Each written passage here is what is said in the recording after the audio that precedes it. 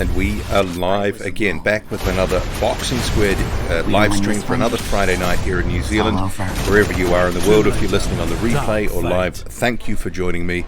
Hope you've had a good week, and let's talk some heavyweight boxing. A number of topics that I do have on my list, and no doubt you will have some questions and thoughts that you'll leave in the chat that you want to discuss as well. So I'll just quickly run through a couple of the things that I wanted to touch on this week.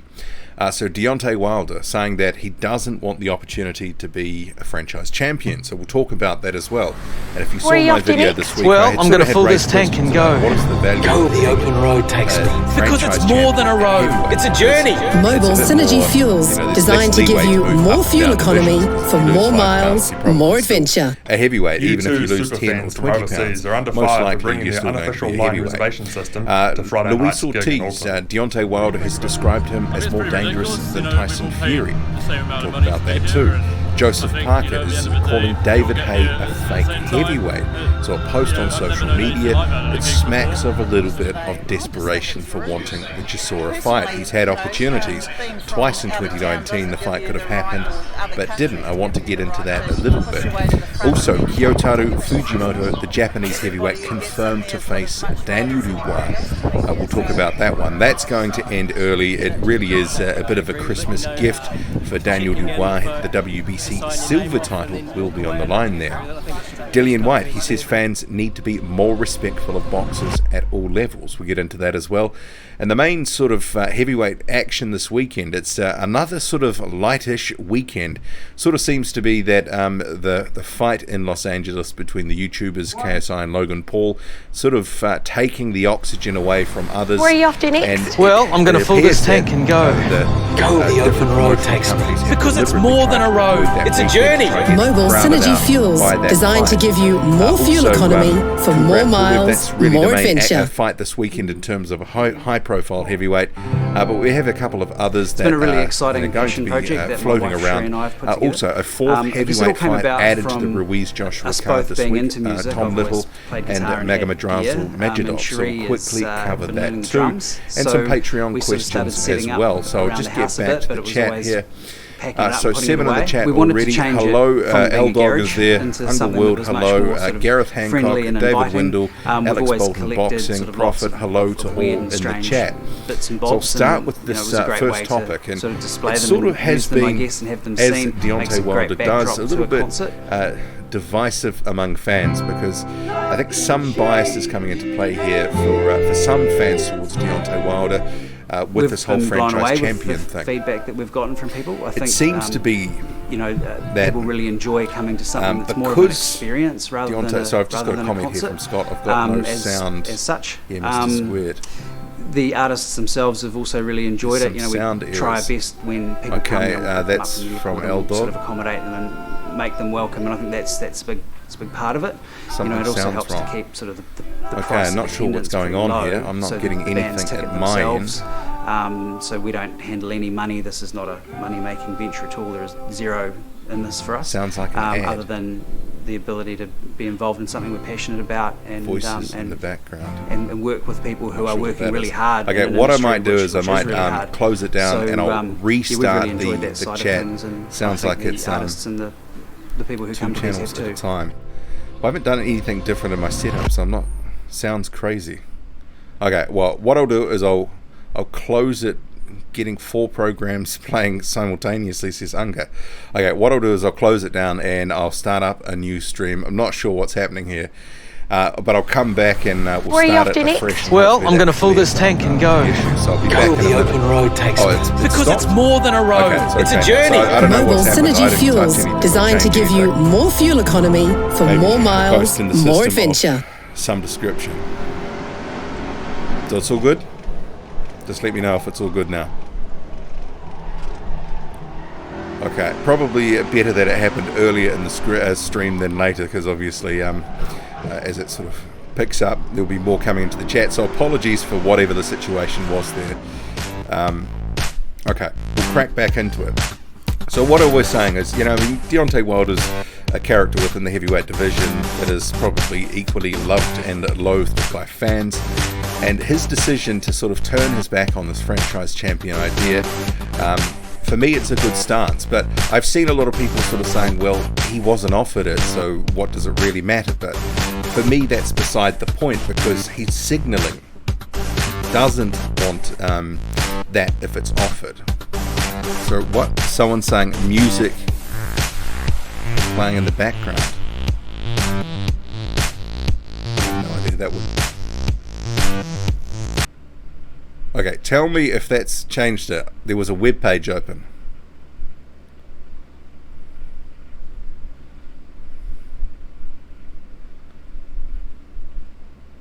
Okay, I'll end it and...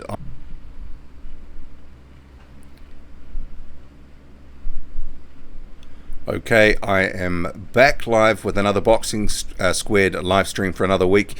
Had a bit of a false start there. I think it was a web page must have been open on my internet browser. One of those ones, a news site where videos just pop up and stream. So apologies for if you had to suffer through that for the first 3 or 4 minutes. But we're back now. I've closed that down. I'm just going to quickly double check everything else. That should be down is down. Yeah, it looks everything is okay now. So thank you for joining the Boxing Squared live stream for another week. 9:30 New Zealand time, wherever you are in the world, be it on the archive replay or if you're live here with me now. Thank you for joining the live stream. And a few topics to get through.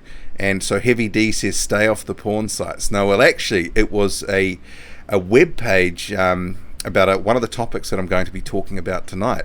It was Joseph Parker has actually tweeted that David Haye is a fake heavyweight, and he's there was an article attached to his tweet which basically goes through that Derek Chisora is potentially going to opt for an Alexander Usyk fight and is more willing to go down that track than face Joseph Parker next. So we'll talk about that in a little bit. And Shane Jordan says, should he buckle up? Well, after that false start, I think, yes, hopefully buckle in, and we'll be here for hopefully the next 45 minutes to an hour, a number of topics. So I'll quickly wheel through them again since we've started afresh here with the news stream. So Deontay Wilder turning us back on the franchise champion designation. Some Patreon questions. Wilder saying that Ortiz is more dangerous than Tyson Fury, and I know that is going to get up the nose of some fans. Joseph Parker calling David Haye a fake heavyweight. And that's in relation to those comments that I just mentioned. Kyotaru Fujimoto to face Daniel Dubois. Dillian White says fans need to be more respectful to boxers at all levels. Kubrat Pulev in action this weekend. That's pretty much the main heavyweight fight of the weekend.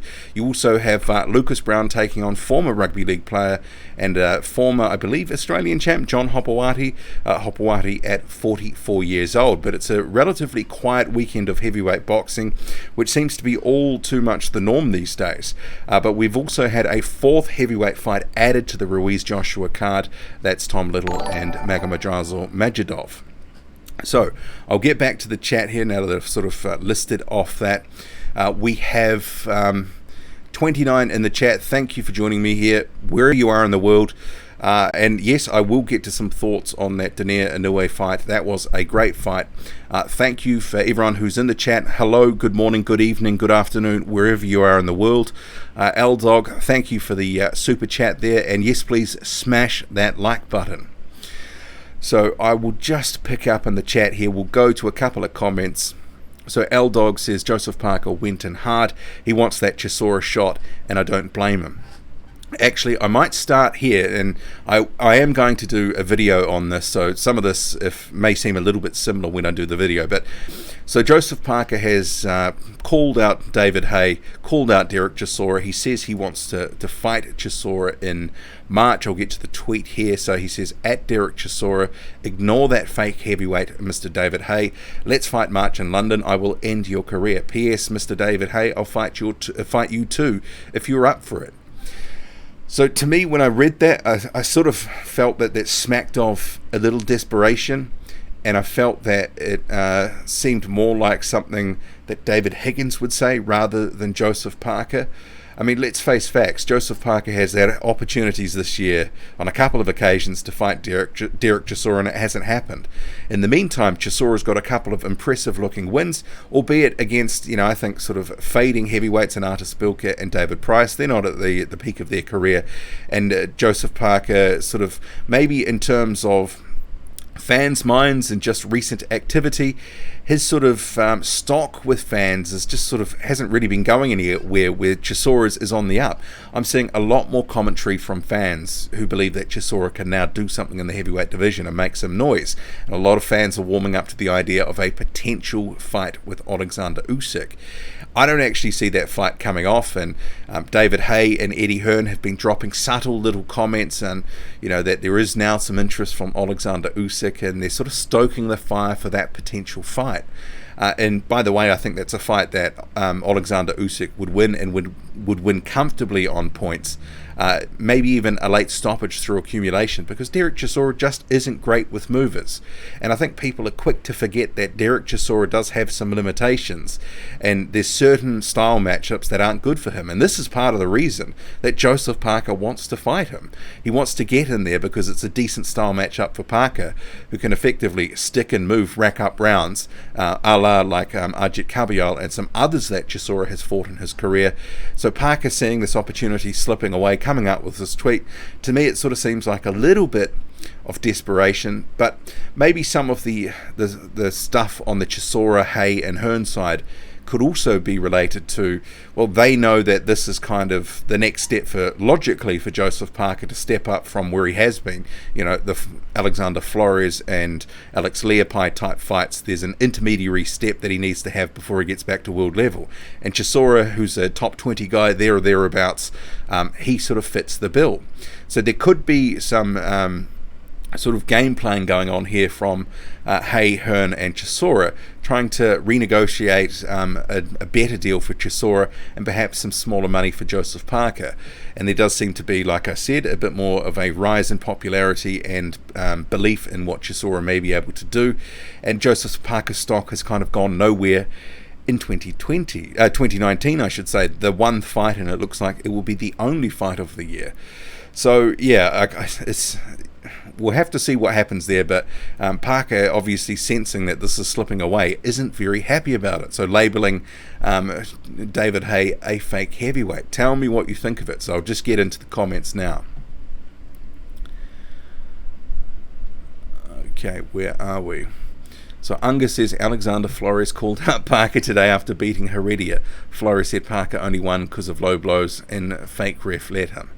Okay, well that comment can be just discarded. Alexander Flores was never beating Joseph Parker. He didn't really even have too many moments of success. He was defensively responsible in part, but the low blows did mar that fight to some extent. But he was knocked out pretty ruthlessly in the end. But I don't think anyone is calling for or wants to see that rematch. Not at all. So L-Dog says War Flores, future undisputed champ. Shades of Ali, says L-Dog. Okay, that's a good way to start the stream with some jest there, L-Dog. Heavy D says, not heavyweight boxing, but would love your views on Errol Spence and Donaire versus Inoue. How do you mean in terms of Errol Spence? What, his car crash or that fight with Porter? That was a great fight with Porter, but the Donaire and Inoue fight, I will quickly touch on that.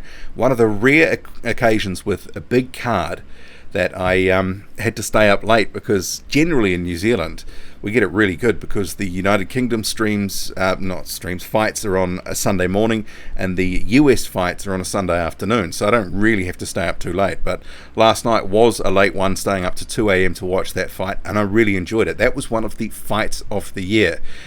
And, Donaire really showed, what a quality fighter he was. And I was thinking, man, if this was him from 5-10 years ago, he probably would have won that fight. But credit to Inoue after getting hurt, that cut, sort of coming through. And obviously there was a little bit of adversity later in the fight where he was sort of rocked to his core. But he came back and he responded and he finished strong. And Donaire... Yeah, I didn't have too much issue with the result because I thought it was a clear Inoue win. I thought some of the cards were perhaps a little wide. I thought that was, 117-109. I thought that was a little cruel to Donaire. So Shane Jordan says, I'm curious what you think of the KSI versus Logan Paul fight. I think you're against it.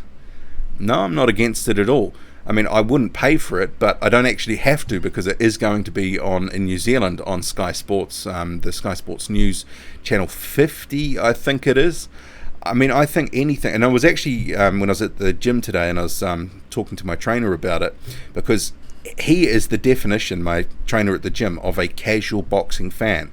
And he's sort of in his early 20s, and he follows these guys on YouTube, etc. And he was talking to, and it's been quite funny in recent days when he's been talking about the fight, because one, he said, what a great undercard this is. And I said, what are you talking about? The undercard is absolutely dog crap. The whole Billy Joe Saunders and Devin Haney opponents, complete mismatches. But he was completely unaware of that. And he said, oh, but this Argentinian guy that Billy Joe Saunders is facing is undefeated. And I said, but that doesn't mean anything. I mean, that looks good, but that's meant to fool the... And I said to him, don't take offense, but you are considered a casual fan, you dipping in for something like this because it's caught your interest. But he asked me if, what my thoughts on it were, and I said, well, I actually watched the fight a year ago, and in the context of what it was, I enjoyed it. It was just a bit of a scrap. And for this one, and I was talking to him about has potential benefits for boxing, because... So Dragon Leg says, Boxing Square doing a live stream. I've been doing live streams for like a couple of months now, every Friday, 9:30 p.m. New Zealand time, wherever you are in the world. Thank you for joining the live stream. But getting back to it, so I said this is an opportunity for boxing. Younger sort of sports fans and people who are following these, Logan Paul and KSI, for example, it's an opportunity to expose them to the sport of boxing. And as it was, my trainer was saying he's been watching hours of video on the guys, like on Devin Haney and Billy Joe Saunders. And I sort of said to him, but that's the sort of stuff that is good for the sport, because if it starts to hook you in, because you see some of these fights, and he was telling me about some of the different fights that he'd seen of Saunders and some of his antics, what he'd been up to. And I sort of thought, it's at that moment that often people who are casual fans like that can start to get hooked just a little bit more. And then all of a sudden they're just following boxing, because they enjoy the sport, as opposed to a one-off event like KSI and Logan Paul. So there's going to be some benefits for boxing. It's not going to be everyone's cup of tea, though, and I know that some hardcore fans have no time for it. I don't mind it myself. I mean, some of the talk about them blowing out, other professional fighters, etc. I think that's really getting a bit sort of beyond the pale, because these two guys, they're novices. They might be able to sort of roll over a few easy beat journeymen, but apart from that, they'll get smoked. Okay, so I'll just get back to the chat here, then on to the next topic. Where are we here? I'm just going to have a quick drink of water. So the Warrior says Logan Paul said he's going to heavyweight. Yeah, I've seen Shannon Briggs' hype man saying that he could be a heavyweight champion. He's not big enough.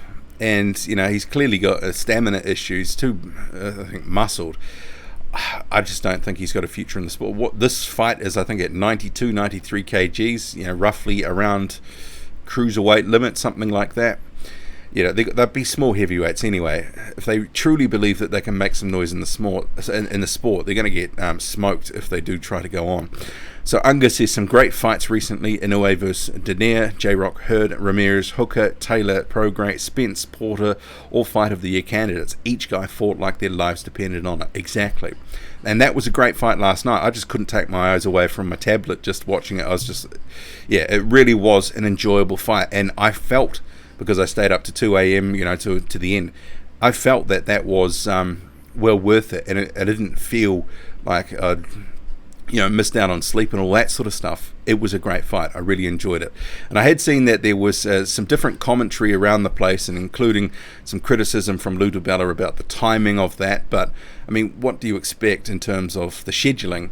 They move these events around depending on who the fighters are. I mean, I don't know if it would have exactly made sense to have that event in the United States. I think having it in front of 20,000 people in Japan, tens of millions of people watching on TV, I thought that was the smart move for that fight. I mean, they've got to make money after all. What's the point if they put it into the United States fighting in front of, 2, 3, 4, 5,000 people? I kind of thought that it was the perfect atmosphere, and it was a really good event.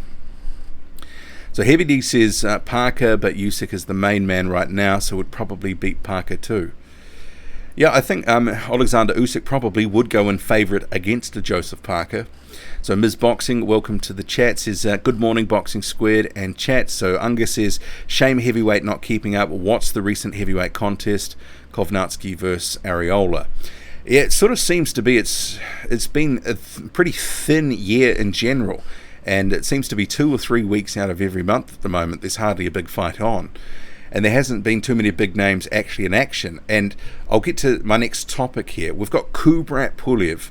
He is fighting this weekend. It's on the undercard of the Jamil Herring and Lamont Roach card in California.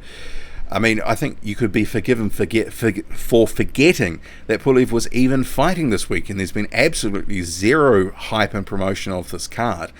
And when I was going through the BoxRec sort of upcoming heavyweight schedule for my heavyweight news mashup video yesterday, I was like, that's right, Pulev is in action this weekend. He's facing Rydell Booker.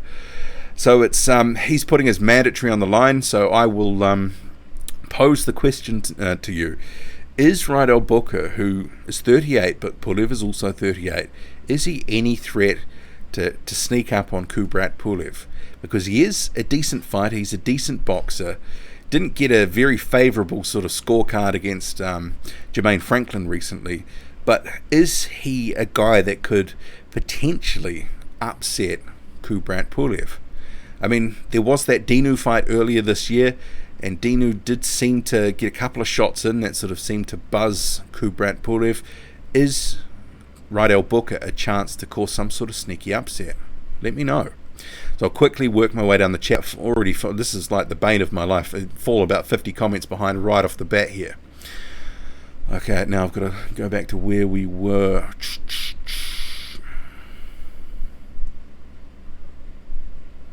Okay.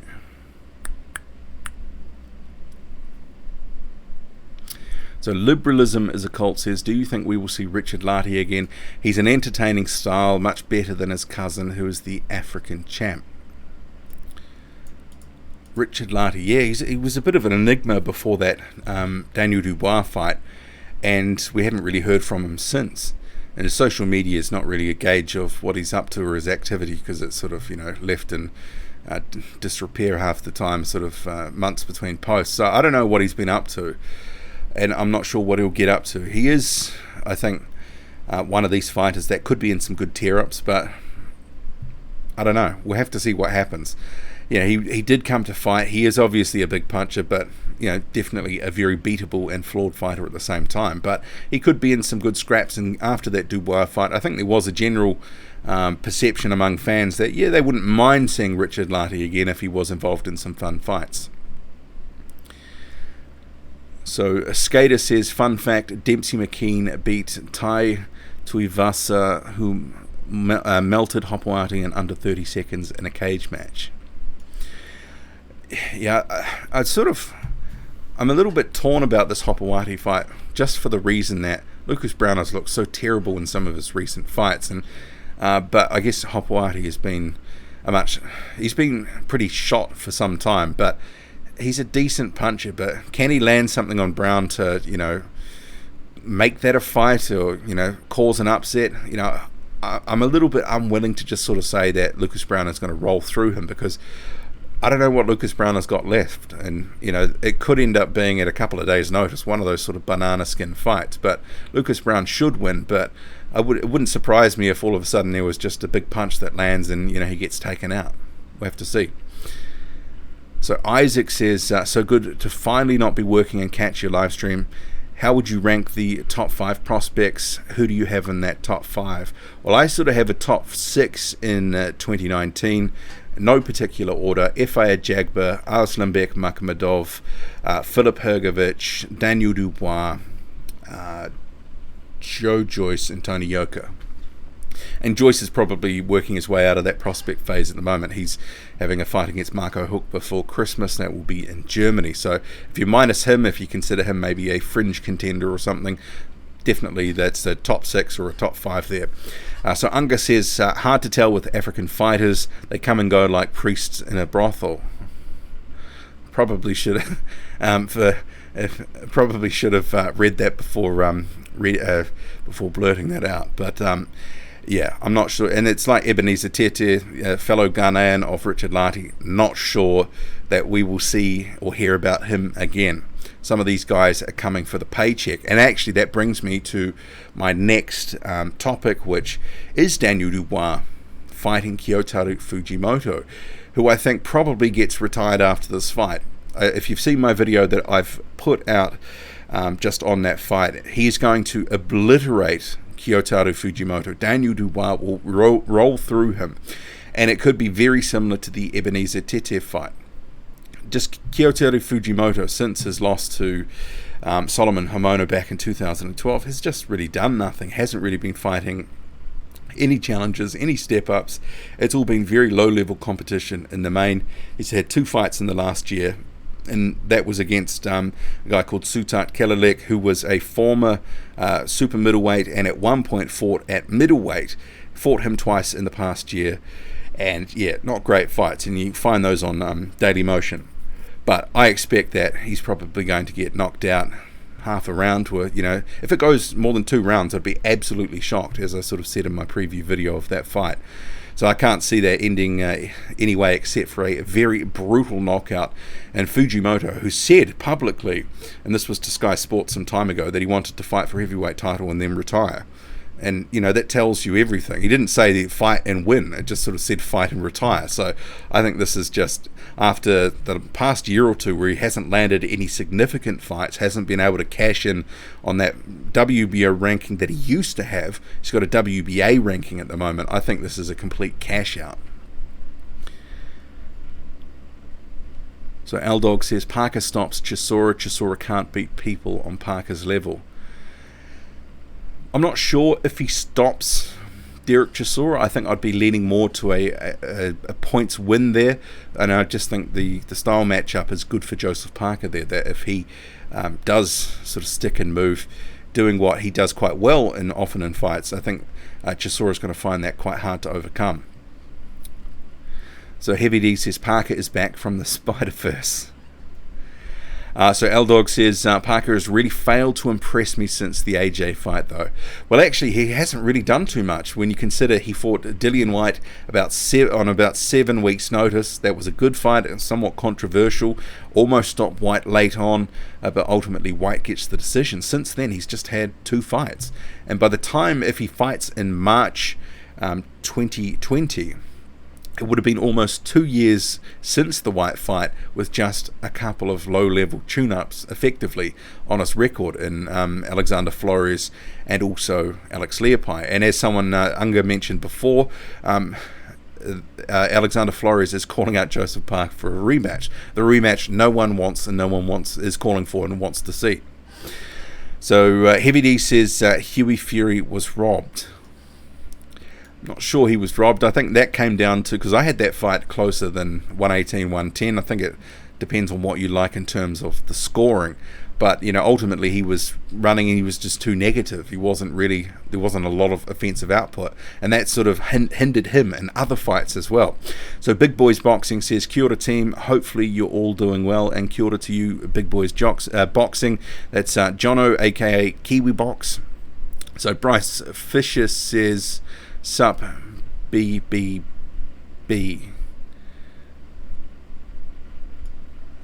Okay. Is that meant to be Boxing Squared? Hello to you anyway, Bryce. So Shane says, you should get a pick in the background.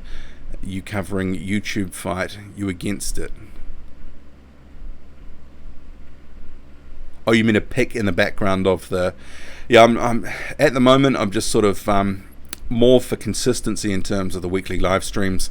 It's like anything. I think the more you do it, the better you get, the more comfortable you feel. So at the moment, this is me dipping the toe in the water. So all the bells and whistles I'll have to look into in terms of adding stuff to how the setup of the OBS system that I have. In terms of am I covering the YouTube fight? Well, it's not at heavyweight, so I'm not. Am I against it? No, I'm not, as I was just talking about earlier. It is what it is. I don't mind these guys making money, and I think it's good exposure for boxing in general, and if it gets some more people interested in boxing, turning from casuals into boxing fans, I don't see the real downside. Some of the talk, though, of them saying that they're going to, beat pro fighters and become heavyweight champions, that really is a bit beyond the pale for me. So L-Dog says, I absolutely love Inoue, beautiful power punching placement. Yeah, it was a decent fight for him, and given the cut over the eye, he did well to do as well in that fight, because that would have been quite a sort of hindrance at different parts in the fight. But you've got to give credit to Denier. Great fight. That was much better than I think we were expecting. So Flores versus Heredia might be competitive, entertaining. Well, it's already happened.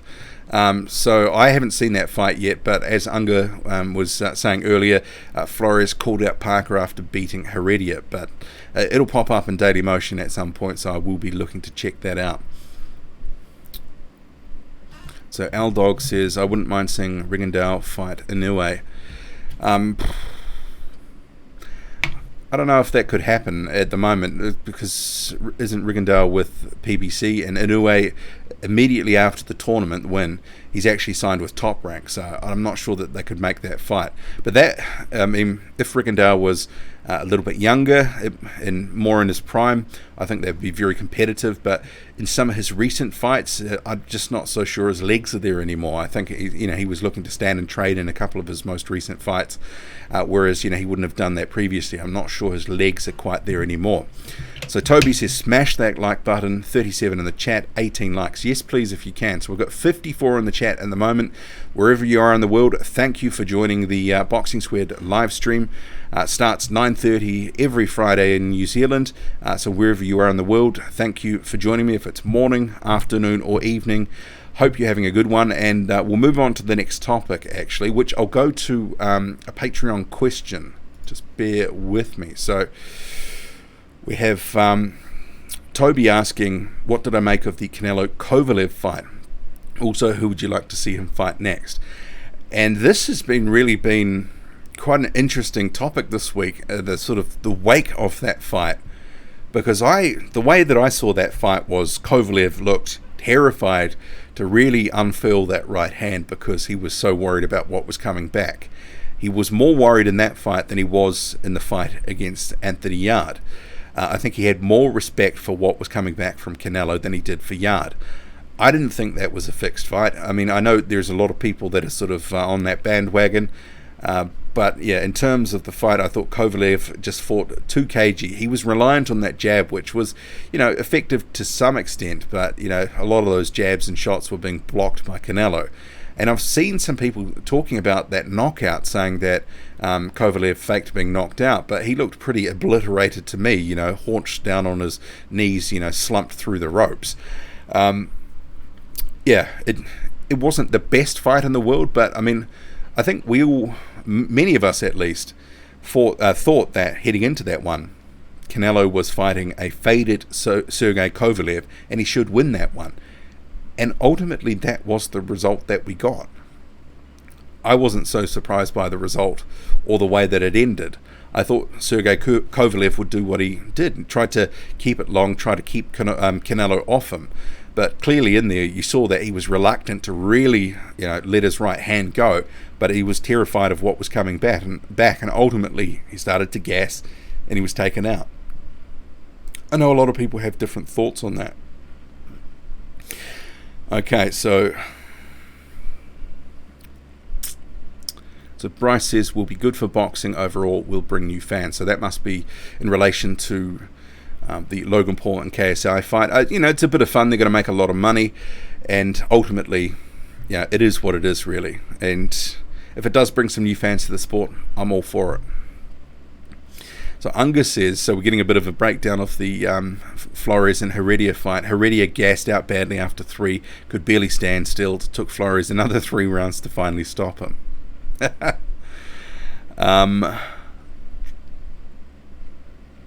Unger says Flores then called out Parker. Yeah, that is quite hilarious. That's a fight no one really wants to see a rematch of.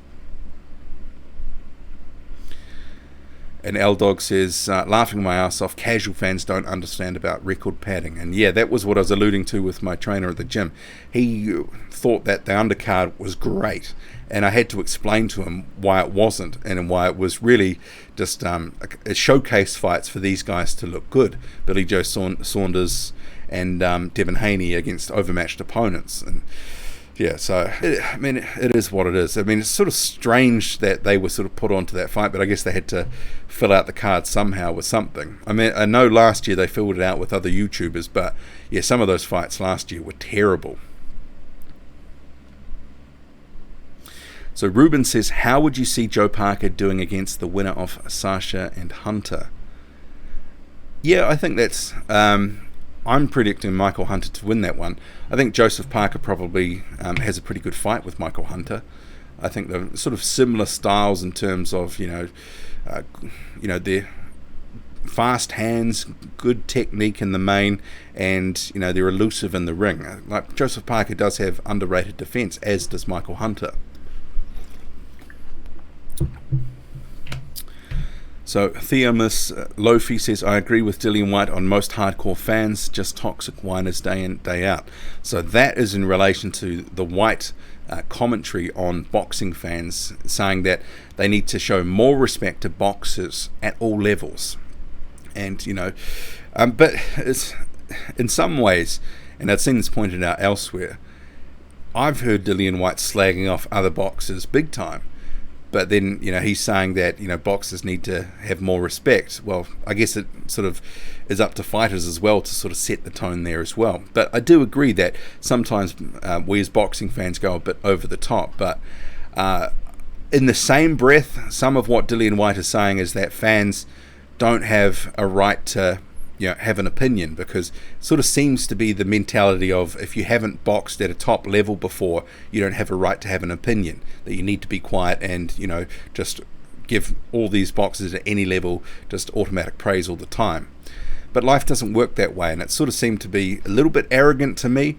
I mean, I can see what he's saying. In some circumstances I agree with him that some of it is over the top, but fans as well, they're entitled to opinions, and at the end of the day, he's getting his wages are getting paid by fans, and fans, I believe, are entitled to their opinion about boxers. And if they put in a bad performance, or if something wasn't working in a fight, like he made the example of saying that this boxer should have jabbed more. Well, if a fan can pick that up, then maybe the corner and the fighter themselves should have been able to pick that up as well. I mean, it is easy for us to sit here as armchair critics, but at the same time, we follow the sport, we're invested in the sport. I believe fans are entitled to an opinion, but obviously there's a line as well, and sometimes people do cross that line, and I'm not disputing that at all, but sort of seems to be this whole blanket view of, fans need to sort of stay in their corner and be quiet. At the end of the day, that's where the money comes from. So Dragon Leg says, let's boycott the WBC and make IBO one of the main belts. Well, that's not going to really sort of solve anything. I know some people are sort of getting onto the bandwagon of boycott the WBC, but that has unintended consequences as well, because I was discussing in a video the other week. I mean, for example, Dillian Whyte, if his next fight, say, if it ends up being later this year or in 2020 when people are talking about boycotting the WBC, he's going to have to, if he has the mandatory status, which he has to defend, the one that he will ultimately have a fight in 2021 if he clears UCAD, well, are people going to boycott him defending, his position within the WBC? So I think there could be unintended consequences just from a blanket ban of, the WBC. And the whole thing with the system at the moment, we know it's broken, but there's no clear solution. That's the problem. What happens next? Who knows? I mean, the system's been broken for decades. There's been no real reform, and I've talked about this before. It's sort of, there's got to be some disruption at some point, but what's going to change the game? And I don't necessarily think that Dana White with his Alpha Boxing coming in and them having their own belts is necessarily the answer as well, because that ends up just being another fiefdom. So that's probably a topic for another day, given it's it's a tricky issue, fixing boxing and trying to, because ultimately the sanctioning bodies, promote boxing, but they also tear it down as well. They're the sort of boxing's worst enemies. God of War says, I don't mind the fight either, but I think a lot of people overestimate the impact on the sport. Well, if they're going to be getting, I sort of heard Eddie Hearn in an interview indicate something like 1.5 million pay-per-view buys or something like that. So that's a significant number, and you'd have to imagine that a lot of people that are buying that will be, the younger generation. So even if you manage to convert a small fraction of that into boxing fans, I think it's good for the sport. I don't think it's necessarily going to be that people are going to see the fight and automatically convert, but there will be some people that are interested in the sport that sort of casually followed it in the past as well, and this might be something that just helps them get into the sport a little bit more. I mean, there would have been a point for anyone who's listening at the moment where they became a sort of more hardcore boxing fan, where you sort of converted from being more of a casual follower of the sport. It might have been when you were young, or you might have dipped in and out of the sport at different points of your life. And certainly for me, in my sort of 20s, I sort of drifted away from the sport a bit in the 2000s, but sort of came back to it, obviously in this past decade. So I think there will be a lot of people like this, and if something like this event and other events like it, big sporting events, big cards, yeah, I think that can be good for the sport. So Bryce says it's still entertaining, it's celebrity boxing essentially. Yeah, I mean, it's a bit of fun. They're going to make a huge amount of money. And then, yeah, and I have seen some boxers that seem to be a bit bitter about it, talking about the graft that they've put in their whole lives. And these guys are coming in basically to take millions of dollars from the sport of boxing. And there is an irony in that. So God of War says kids will tune in and get back to their Fortnite games. So John says most hardcore fans believe moaning makes them more knowledgeable. I don't necessarily agree with that. I think a lot of hardcore boxing fans have legitimate gripes. I think people are entitled to an opinion. And I mean, if you're coughing up money for subscriptions and all sorts of stuff that's supporting boxing, you're likely going to have an opinion and express it, especially if there's a moment of outrage or something that you believe could be better or tweaked. So Adam says Daenerys versus Inoue was war. It certainly was. Liberalism is a cult, and apologies, I'm falling way behind on the chat here, so I'm attempt to catch up. So liberalism is a cult says, what's your take on White's PED use? Did he not? He was talking to John Dealey there. My take on that is we just have to wait. I don't know what's happened here. It's the whole wall of silence from UCAD. It is what it is at this point. But as I've said in recent sort of streams, that White's career going forward, obviously for him, he needs to put this in the rear view because it's sort of hanging over his head at the moment. Doesn't help anyone involved with him in his camp, and I don't think they can launch him into any sort of pay-per-view until they've sort of put this behind him, because I think there would be an impact on the actual pay-per-view. And as it was, the fight against Rivas, I think it was 289,000 buys, or it was there or thereabouts, and that in itself sort of showed you that Dillian Whyte needs a dance partner too to draw those $500,000 buys in the UK as he did with Parker and Chisora. Whereas against Rivas, a guy that didn't have as big a profile, it clearly leaned on White's popularity and it didn't do as well. So Ruben says, he's talking to someone else there. So Adam Fahey says, Lou's comments copped a lot of backlash. He was then trying to spin how he meant his words. Yeah, I guess the whole thing with Lou DiBella's, I mean, even if he was, I guess it's a good point that boxing, in terms of maximizing a global audience, in general that's a good idea, but sometimes the realities and the practicality of running a card where the main guy or the fighter in their country, and that's going to probably generate the most revenue or eyeballs potentially, I thought it made complete sense to have that final in Japan, and a packed out stadium, going out to millions of people in Japan as well, and clearly there's a lot of people who were watching here that were very interested in that fight. So L-Dog says, what really annoys me is that people who learned about Devin Haney on the undercard are telling me that Haney stops Loma inside 6 rounds because the fight is so lopsided and Haney is winning every round. I have seen a bit of a narrative around people sort of saying that Devin Haney is somehow being ducked by Lomachenko, but when did he have the opportunity, Lomachenko that is, to duck him? I just kind of thought that it seems, he hasn't had the opportunity to duck him yet.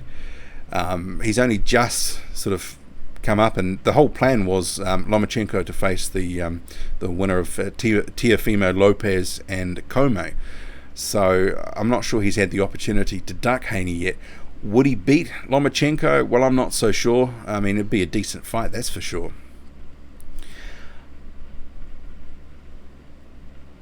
So John, talking to someone else there. So Shane Jordan says, do you think Tank will end up like Broner, another fake Mayweather? He's hanging out with Broner a lot.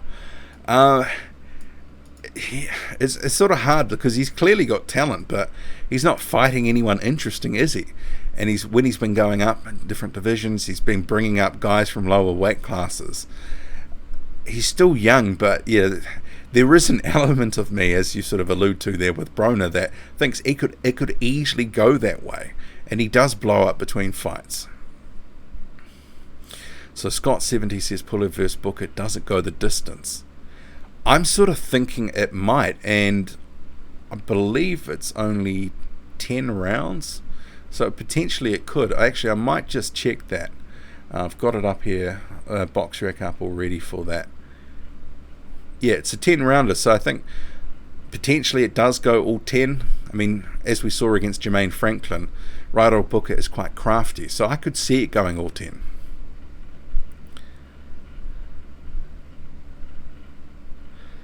So Unrivaled Boxing Talk and News says hello all. So apologies, this is probably about 15 minutes behind the actual live chat. Slowly catching up here. Adam Fahey says Pulev stops Booker late in his opinion. John says Pulev may pay for his inactivity.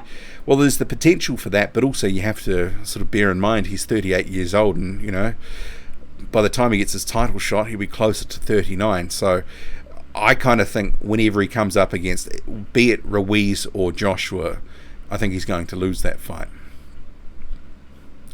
So Unrivaled Boxing Talk and News says Pulev will eliminate Booker. Dinu is levels above Booker. Yeah, I don't really rate Dinu that highly, actually, but I think Dinu and Booker are on a similar level. But I do think that Kubrat Pulev should get the win here. I think he's going to do what he sort of does best, and I think we saw that against Huey Fury. He'll just play the percentages, and I think he'll get a win by decision. So Big Boys Boxing says Booker might go the distance, but won't win more than 2 rounds. Punch bag. I think Pulev probably going to win by a wide decision, something like 7-3 or 8-2, something like that. IEB says, come on Boxing Squared, this live stream has to be exclusively dedicated to KSI versus Logan Paul. Okay, well, given I cover heavyweight, and this isn't technically a heavyweight fight, I've probably dedicated more time to it than I really sort of should have. So L-Dog says, wow, Inoue gave Denier the trophy because Denier promised his kids he would bring back the trophy. Is that what happened? Wow. Oh, that's a nice touch by Inoue. And I did sort of see it live, the whole sort of, there was a WBC belt floating around in the ring, which then all of a sudden was out of the ring and not on his shoulders or around his waist. I've seen a lot of memes about that. So John says Inoue is honouring a valiant opponent. Good to see. Yeah, that's class. And Adam Fahey says pure class. Right Hook Boxing, welcome to the chat, and if you haven't followed his channel, and give him a subscribe, it does some great content. A lot of good YouTube channels have come to the chat. Unrivaled Boxing Talk and News, another very good channel. Subscribe to him if you already haven't. And as I mentioned earlier, Big Boys Boxing, he's in the house, or has been in the house. Subscribe to his channel too. He does heavyweights just as I do. So God of War says, Boxing Squared, you should read the chat as it goes, otherwise you will never catch up and chat will always be all over the place. Well, it kind of seems to be that way as well, but I mean, I do like to sort of get through the comments because, people have taken the time to either ask the question or specifically want something discussed. So, yeah, it's there's a lot of stuff that sort of comes through, and even if I do the live chat, I wouldn't be keeping up with it. So Kalle Sauerland says Daniel Dubois smashes Hrgovic. And L-Dog, who's a big Hrgovic fan, says get out of here. That would be a good fight, and I could totally see them squaring off in a couple of years' time once the sort of stars align and they're at the top end of the division. So liberalism is a cult, says Fujimoto, is terrible. I think he's going to get dusted off pretty easily. Just getting back to Toby's question earlier about the second part of his question from Patreon, which I can't forget, was what next for Canelo? If he was really pushing for greatness, because I think there is, I don't want to say an asterisk, but maybe half an asterisk against him, because some of these guys that are facing, maybe not necessarily at the top of their game like a Kovalev. I mean, I think we can argue that even Golovkin was maybe slightly past prime. He was an aging fighter at the time Canelo fought him. It'd be great to see Canelo, if he stayed at 175, take on Artur Beterbiev, which he just had a great win over Vodzik the other week. That would be a fantastic fight, and potentially it could be made. And if he was really pushing for greatness, makes sense to me. But yeah, I think with this whole franchise champion and him sort of dropping up and down regardless of that designation from the WBC, he's got options and he's a cash cow, guaranteed money. They want him to be in big fights, so DAZN probably going to have some say over that. Maybe even we will see that rubber match with Golovkin. But given he's up at 175, maybe he should stay, not drop down back to 160. I could see him vacating some belts. Maybe a Callum Smith fight will be on the cards, and the height difference for that would be immense. So Bryce Fisher says Hrgovic and Dubois are his favourite prospects. There are a couple among mine as well. Dubois matchmaker should be fired, says God of War. Well, part of that is it's almost, the fight with Fujimoto is almost irrelevant. It's more about he's picking up the WBC silver title, so that will vault him up the WBC rankings where he's ranked already, but he will certainly climb on the back of that win, and I think he's, I don't think anyone's debating it. It's going to be a pretty easy win, or should be, for him. So Ty ZHD says High Boxing Squid Andre Ward recently revealed his top 10 pound for pound list, and Wilder was 6th place. What are your thoughts on that? Well, just in general, and I've said it before, pound for pound lists and where people rate them and that sort of, those sorts of lists are really fraught.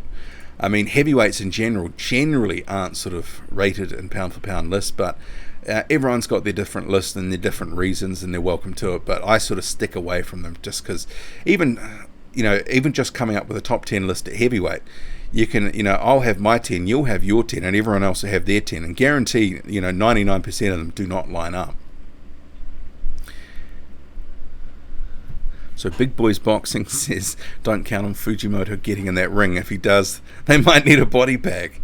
Yeah, I would be a bit worried for his health there. So Jason Lander says Dubois should be ashamed. Well, he can only get in there and fight who's placed in front of him, but I do expect we're going to see some step-ups in 2020. So Right Hook Boxing says at Scott 70, Bloody PC has broke, mate. Yes, that's no good, Right Hook Boxing, so I hope you're back on your feet soon, because obviously technology can be a bit iffy sometimes, and if it breaks down, it's an expensive fix. So I hope you're back up on your feet soon, mate. Ruben says, I think Yoka and Dubois are the most talented.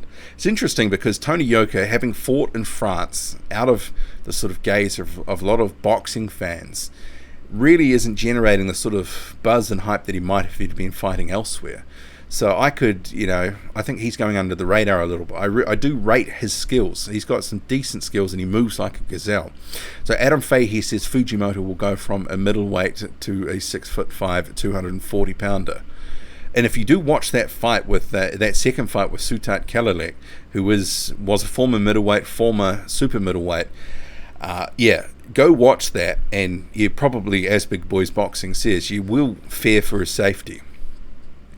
So Unrivaled Boxing Talk and News says his top 10 prospects are Vladislav Serenko, Alexander Zokozy, Peter Milas, Ivan Daichko, Aslanbek Makhmadov, Tony Yoka, F.A. Jagba, Bakodir Jalalov, Daniel Dubois, and Filip Hrgovic. Yeah, that's a pretty good list.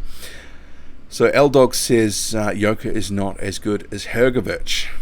Gigi Allen says, anyone read Joseph Parker's latest tweet calling Hay a fake heavyweight? Well, we did cover that a little bit earlier, so I will just quickly recap my thoughts on that. I do think that Joseph Parker sort of came off being a little bit desperate there with that tweet. It sort of feels more like Higgins. They want to push for that fight and they can see it slipping away, whereas Chisora, on the back of a couple of good wins, albeit against, I think, fading forces and David Price and Artis Bilka, I think he's got some options, and whether it's really a chance for an Usyk fight, it might be able to renegotiate a better deal for Derek Chisora against Joseph Parker as a result of his recent performances.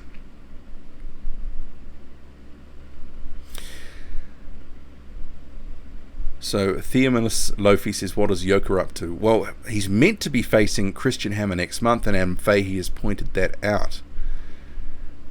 Okay. So boxing, Big Boys Boxing says Huey No Hands Fury. He's meant to be on that card at the end of this month in Monaco. No opponent as yet, but at a couple of weeks' notice, can't imagine it's going to be anyone good. And given he's coming off some losses, maybe a tune-up fight of some sort is warranted. But I think for Huey Fury, and we've discussed this before, we've just got to see him maybe take a step back instead of just doing one fight and then going back to world level and losing, and then, you know, hearing about how much talent he's got but he's not performing. There comes a point when maybe you should rebuild properly. He is 25 years old, he's still got time, but given what we've seen, I mean, it almost feels like he's regressed in some elements of his game. So there's debate about Hrgovic and Tony Yoka here. Both very good heavyweight fighters. So Noxus White says, shout out from Wellington, love the streams, mate. I actually live quite close to you, so I'm in the Wellington area as well. Adam Fahey says McKean fights tonight, doesn't he? He does. I'm not even someone did actually leave in the video yesterday who was facing it. Just sort of slips my mind, so apologies for that. Hello to the Flying Pan Man. Muhammad, I'm Bruce Lee. All talk and fixed fight with Kovalev Canelo is crap, in my opinion. You're spot on. Boxing squared. I know people love to see the conspiracy in boxing, and obviously there's been corruption galore in boxing, but I didn't see that as a fixed fight. Gigi Allen says Parker should fight Bryant Jennings if he can't get Chisora next. Not a bad fight. I guess it depends really what's going to happen, because we've got these promotional silos that have evolved. I could totally see with a couple of fighters joining Top Rank recently, you know, Carlos Takam, you've got Ajit Kabayal. Those are fights there for Jennings that they could make. They could, as I did a video on Patreon, all the different stables, and I went through what you could do. You could have mini tournaments in 2020, simply for the fact that with Wilder and Fury, and they're probably likely to have a third fight mid-year potentially, and then you have Joshua and Ruiz, the winner of that's going to be taking care of mandatories. What is really there for a lot of the better heavyweights in the division in 2020? It might be a lot of sort of hurry up and wait, as it has been this year. So you could run some sort of tournament style play, and especially with Matchroom looking to kick off a big heavyweight card early in 2020, wouldn't that be great? With their stable, you could make a sort of quarterfinal, semi-final and final, so 3 events during the year. You could do that easily. So Scott70, thank you for the super chat there. He says Logan Paul versus Clarissa Shields, 8 rounds, who wins? Oh, I think Clarissa Shields would probably kill me or anyone else if we suggested Logan Paul. 8 rounds. You know, I just don't know. Have we ever really seen Clarissa Shields like massively chin checked? I think Logan Paul is a guy that for 2 or 3 rounds, and I think we saw that in that first fight with KSI, that he does carry some power and he could be a bit dangerous. That would be an interesting fight. It'd be interesting if they had some sort of crossover event like that. And Clarissa Shields, she would back herself to win that. if it went the distance, I think Clarissa Shields probably wins on points. But, who knows? Maybe he could knock her out. And I'm sure there would be a lot of people be interested in see that sort of matchup. So Unga says belts in boxing are about as meaningful as belts in the WWE. It's certainly getting that way. It is becoming a bit of a circus. Or maybe it's just an expanding circus. It certainly has been a bit ropey for some time now. So Heavy D says Inoue showed the WBC trinkets how they should be treated. Yeah, well, that was the diamond belt, wasn't it? It got tossed out of the ring pretty quickly there. So we've got a few people weighing in on Shields and Logan Paul. Logan Paul is way too strong for Shields. Themaless Lofi says Logan Paul has shown great improvement from the last fight. Yeah, I think from what I've seen, he looks to be a bit more polished and obviously sort of a bit of a natural athlete. But really, I think some of this talk of him being a heavyweight champion and doing all sorts of stuff in heavyweight boxing and other bits and pieces, he'd need years of dedication to get to that point. He's not just going to... KSI is one thing, but professional boxing is another. And I think in terms of that fight, KSI will be aware of what happened last time with Logan Paul coming up fast and obviously sort of gassing out to some extent. He's probably going to try implement that strategy again, let Logan Paul sort of punch himself out and look to take over. And Unga says, will Shields' brother be at the weigh-in? Oh, ruthless.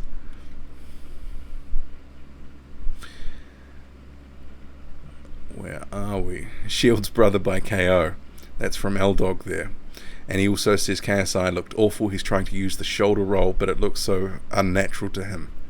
Yeah, I don't think he's quite the athlete that Logan Paul is, but yeah, we'll see. I mean, it's some spotlight on the sport. Toby says, smash the like button and subscribe if you already haven't. Yes, please. And actually, I think the majority of people that will be watching the stream will be subscribed, because it seems notifications go out and only to subscribers. Well, clearly not to people who aren't subscribed, but even with subscribers, if you don't have the bell notification on, I don't think you actually get notified of a live stream in progress. So thank you for coming to the live stream wherever you are in the world. Hope you're having a good day, good morning, or good evening wherever you are. Thank you for joining the live stream.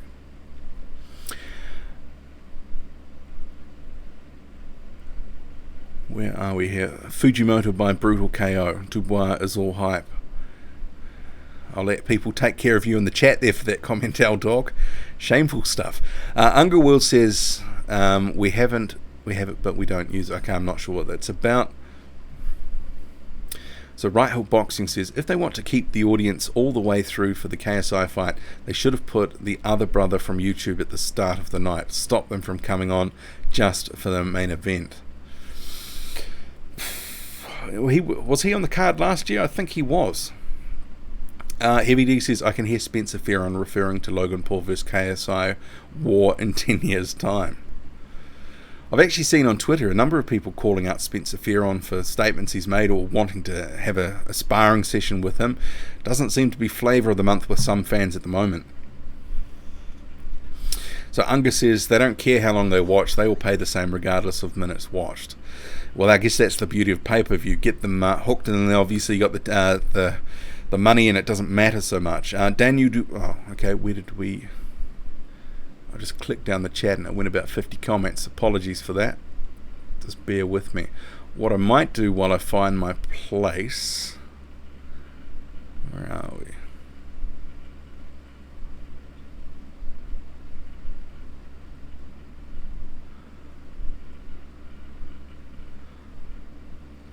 Okay, I might have to just... There's a lot of comments here. You guys really do write quickly and often. Okay, got my place back.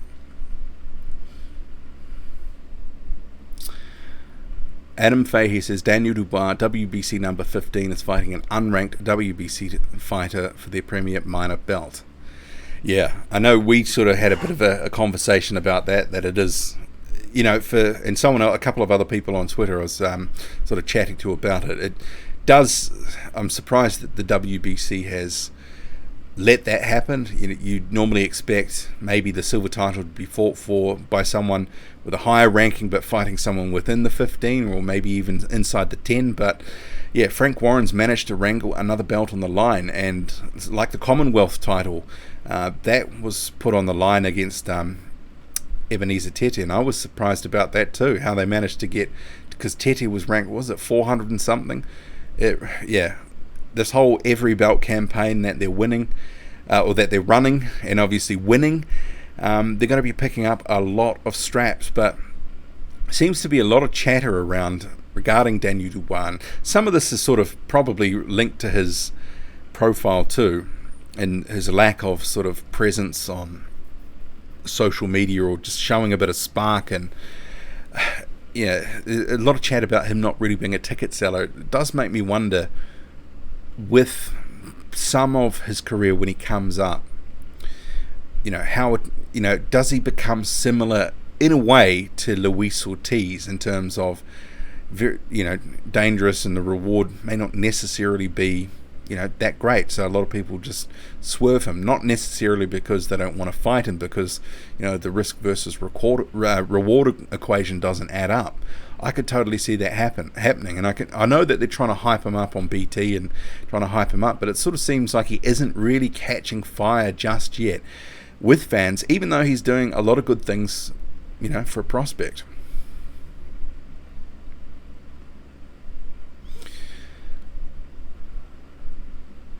So L-Dog says Tom Little, who fought both, that's Dubois and Hrgović, said Hrgović would destroy Daniel Dubois. That's certainly a conversation we could have back and forth, and I know people will have a lot of comments and thoughts on that. But speaking of Little, he has actually been added to the card facing Magomedrasil Majidov in Saudi Arabia for the rematch between Ruiz Jr. and Anthony Joshua December 7th.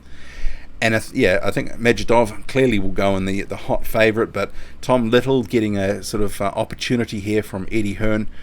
He's pretty happy about it. I'm not sure that I don't think he realises that he's being sort of fed to a wolf here. Although Majidov in his opening fight, was a couple of months ago, did get dropped in the early part of the fight, but recovered to win that one. I think he should beat Tom Little. But 4 heavyweight fights on that card at the moment. Obviously the main event, you've got Povetkin Hunter, then you've got Hrgović facing Eric Molina, and then Majidov versus Tom Little. Those last two maybe not as competitive as the main event and the co-main event, but it's going to be a good night of heavyweight boxing.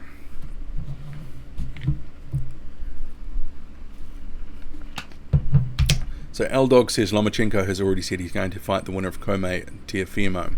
Not a duck by any means. Yeah, I agree with that. And Unga says duck, maybe the most overused and misused word in boxing.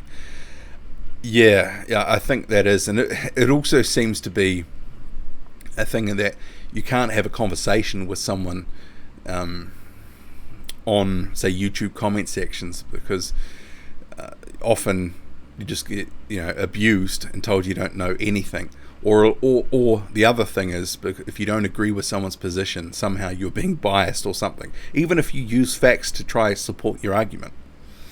Yeah, it's a funny old world, the YouTube boxing community sometimes.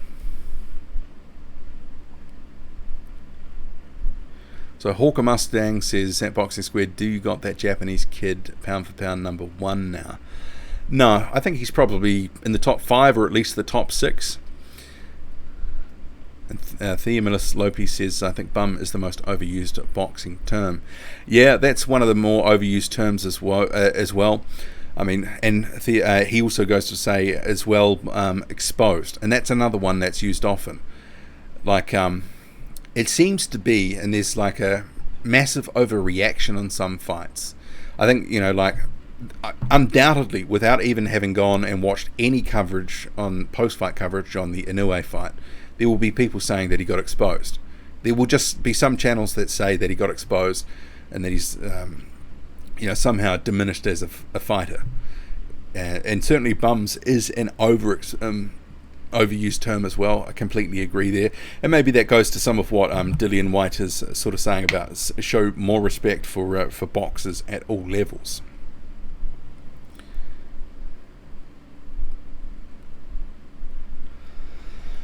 Adam Fahey says, so Dubois fought Tete for the Premier Minor belt in the International, and now gets Fujimoto for the WBC's Premier belt. What a ride for the young man.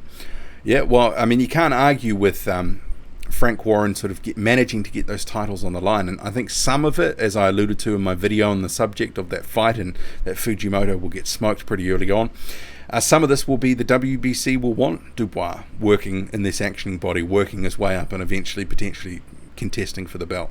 I think that's part of putting this up there. Then they can kind of sneak him, well, not sneak him in, but they can have him higher up the rankings, working his way towards a title there. So Muhammad I'm Bruce Lee says, looking forward to Wilder vs Ortiz now. Hope it's a good fight.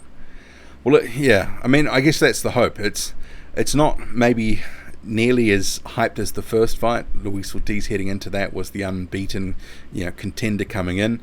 It's a retread fight. He was knocked out the first time around, but there does seem to be a bit more, maybe, buzz swinging around towards Luis Ortiz, maybe being a bit more competitive than people first thought maybe a number of weeks ago when the fight was made.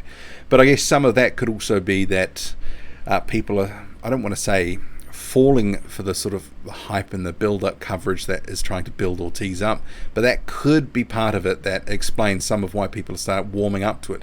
Plus as well, I mean, it is a top 10 fight after all in terms of heavyweights, so regardless of what the result is going to be in the context of the heavyweight division, it's not a bad fight. It's a decent fight. I'm looking forward to it, but I do think Wilder will win. Who's says, thank you Boxing Squared, appreciate that, no worries. L-Dog says, Wilder will destroy Ortiz. Ortiz has not looked great since his KO loss to Wilder. Yeah, I mean, maybe it's the level of the opponents. Maybe he's found it harder to get motivated for those fights, but he'll have a fire burning in his stomach to try get up for this one and really leave everything in the ring, because he will need to. So Jeremy says, I would have liked to see the undercard, but I'm still not going to the KSI versus Logan Paul fight. Okay, I'm actually working Saturday, so I can't. Shane says, who's your favourite boxer past and present, and you ever boxed? You sound like a boxing academic scholar. Favourite boxer past and present? Well, I was a massive fan of Evander Holyfield back in the day. Joseph Parker's my favourite fighter at heavyweight. In terms of have I boxed? Yes, when I was a teenager. I sound like an boxing academic scholar. Oh, yeah, I mean, I don't think it's sort of that. I think it's more that I follow things so closely since I started. Even before I started the channel, I got so into the heavyweight division. But also, I follow boxing more broadly. But the benefit, as I've explained before about only covering heavyweight, I can be a fan for all the other divisions and fights, and I can stay up to 2 a.m. like I did last night, watch the Inoue and Donaire fight and really enjoy it, and as soon as that fight was over, I fell asleep. I didn't have to worry about a post-fight review or anything like that, and that is kind of I get the best of both worlds, sort of compartmentalizing the coverage that I do.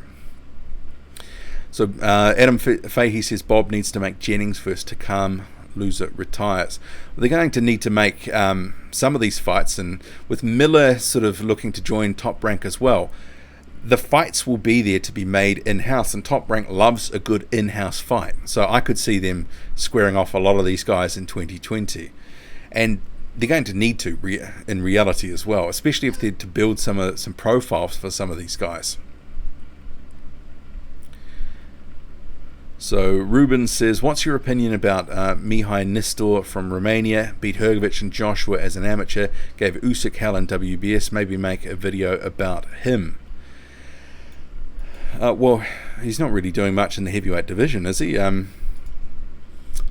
It's sort of, yeah, there's a number of guys that had good amateur careers that have turned pro quite late.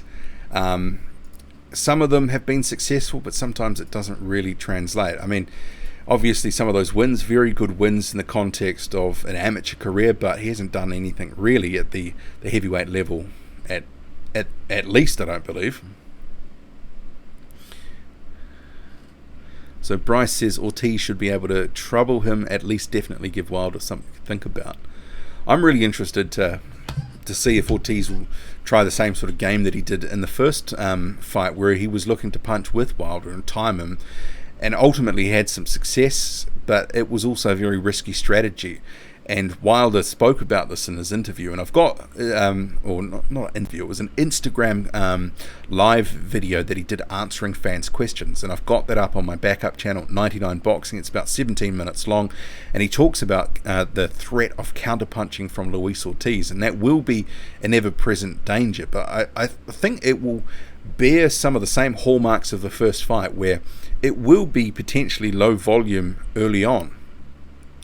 I think it is going to be, and people forget that after the first, 4 and part of round 5, there were people booing in the crowd because it was so low volume, not a lot happening until Deontay Wilder caught Luis Ortiz and dropped him. So it could end up being like that, a bit of a chess match. I don't think Luis Ortiz is going to be looking to just come out like a bull out of a gate, and I think Deontay Wilder will show Ortiz some of the respect. He knows that Ortiz is a different kettle of fish to guys like Berman Stavern and Dominic Breazeale, who really don't do too much. They don't move their head too much. Their defense isn't great.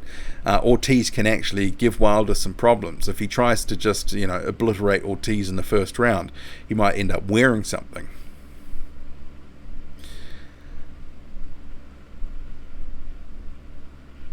So Adam says Ortiz turns 99 next week, so backing Wilder inside 4. I definitely think that Wilder probably wins it earlier than the 10 rounds that it took him the first time around. So does Luis Ortiz's recent conditioning help him in the rematch, or is it too little too late? Well, it depends, what he ends up coming in at, because in recent fights he's weighed between about 237 and 240. He's been pretty consistent in the last couple of years, so yeah, I still think he'll come in somewhere around there, but he certainly needs to really have some decent stamina and improved that element of his game. But some of it also comes back down to that first fight. He had Wilder hurt and he just emptied the tank and he just couldn't recuperate. Older fighter at 38 at that point, couldn't get a second win. Deontay Wilder did, he won the fight. I'm at 40 years old. The odds against Luis Ortiz winning it are, probably higher that he's going to lose it the second time around.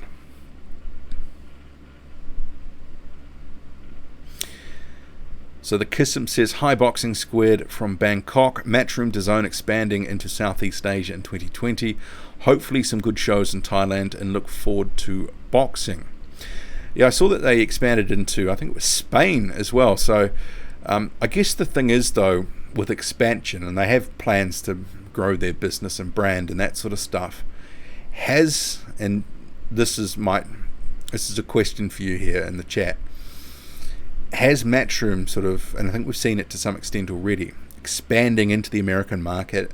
They've been signing more fighters and that sort of thing, but I don't necessarily think quality of the cards has maybe been, on average, the same as it was when they were just a smaller operation.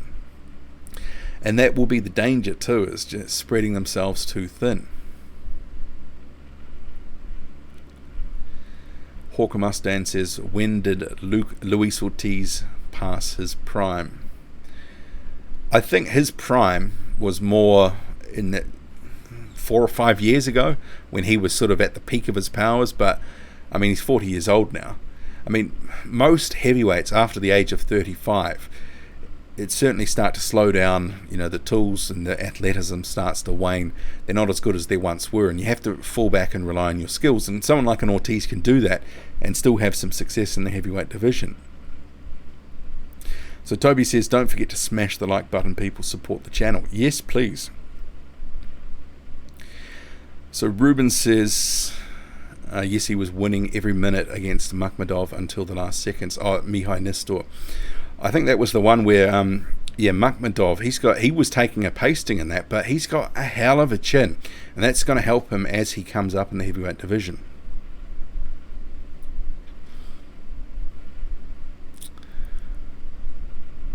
I'll just get to check my list here. So we've talked about Kubrat Pulev this weekend. We've got Lucas Brown and John Hopewadi. I covered that earlier. Tom Little and Majidov. Fujimoto and Daniel Dubois. More respect from fans that Dillian White is calling for. We've covered everything on the list. Oh, actually, sorry. Deontay Wilder has said that Ortiz is more dangerous than Fury. And I thought that was quite an interesting statement, and maybe in some ways he is in terms of a puncher, but in terms, I think some people will look at it cynically as well, because he's fighting Luis Ortiz in a couple of weeks. He's got to talk up the fight. It's pay-per-view. What's your thoughts on that? Is Luis Ortiz a more dangerous fighter than Tyson Fury? And the fact Wilder's fought both, and he beat Ortiz but got a draw with Fury, and arguably he actually lost to Fury, does that in some way mean that Fury, because he got a better result than Ortiz, is more dangerous? I mean, you can cut that sort of argument a number of different ways, I think. So Adam says, I've seen Ortiz in his prime. It was, however, in black and white photos. And L-Dog says Ortiz does have wins over Joe Louis in the amateurs. Ruthless. So Scott says, the Kissim, do you know if they are going to offer the DAZN app in Thailand as well? I'm interested with some of these different, ESPN, DAZN, because I can't get any of those in New Zealand. You have to rely on local broadcasters to carry fights, and I would want to cut out the middleman to go direct, but the slow rollout of some of these apps around the world in regional sort of locations, that does annoy me sometimes as a fan who's in a country that's sort of in a far-flung part of the world.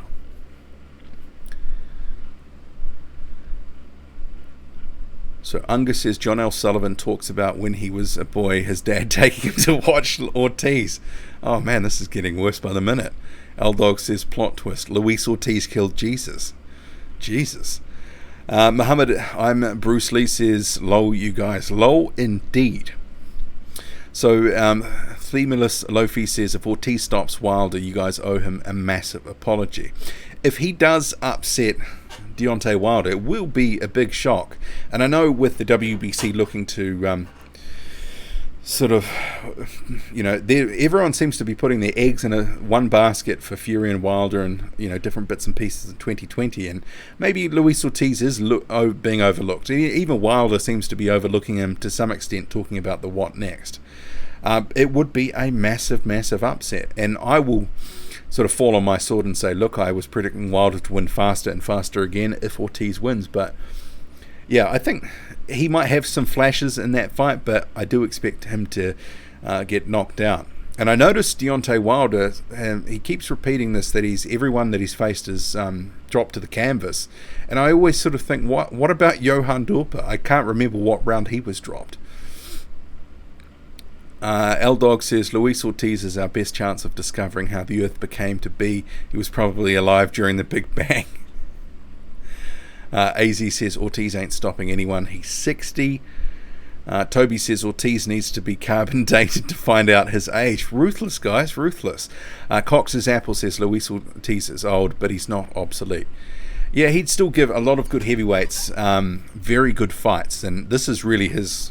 I think even at 40, I mean, some people have sort of said to me in recent videos that Luis Ortiz doesn't need to retire if he gets knocked out by Deontay Wilder. But it would take at least another 2 years to make a run to a title. And he won't get another opportunity in the WBC if Wilder remains champion, because no one wants to see Luis Ortiz knocked out 3 times. So if he loses the rematch, he's really got a 2-year rebuild, and at already 40... what is left for him to prove in the sport and to do? It really would be for money. So I hope he does get well paid out of this. So Adam says, Ortiz wouldn't catch me as his heart meds don't allow for a high heart rate. Oh. AZ says, Ortiz was Jack Johnson's babysitter. Theo Miss Lofi says he's the second best heavyweight. That is certainly debatable.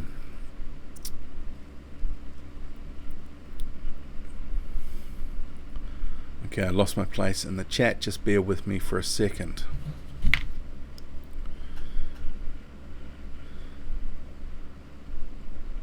Where are we now?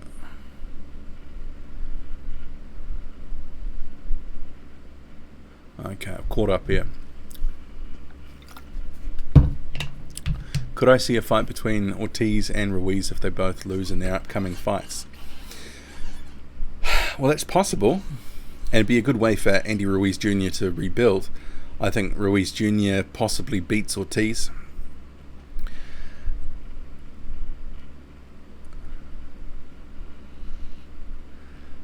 So Adam Fahey says he sees Ortiz hanging up the gloves after a Wilder loss. Ruiz probably fall back into a Washington or Brazil fight. Yeah, I could see that. Luis Ortiz fight camp should be shown on the History Channel. Oh man, you guys are ruthless today about Luis Ortiz and his age. I mean, and I guess if he's not really 40, and I notice he's sporting a newer haircut, that makes him look a little bit younger. But if he is 45 or older or whatever, it really would be a massive achievement if he won. It really would be.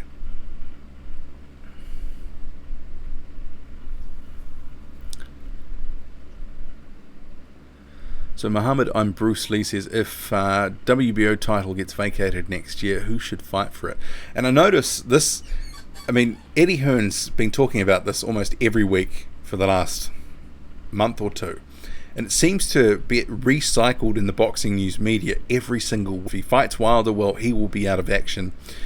Joshua, who's at number 3 at the moment, he would sort of drop down if he lost to Ruiz, or he'd be, fighting. If he won, he'd be. If he had to drop it, he'd be off elsewhere. And then you have Joseph Parker at number 4 in the WBO, but Derek Chisora just won a WBO strap, courtesy of that fight with Price. So, I mean, who knows where the rankings will go? But at the moment, Usyk and Parker, that would be, what it would look to be. But that's not to say it will be, because things can shift rapidly in sort of a couple of months in the heavyweight division. And Unga says, as a Kiwi, I don't think Parker has earned a title shot.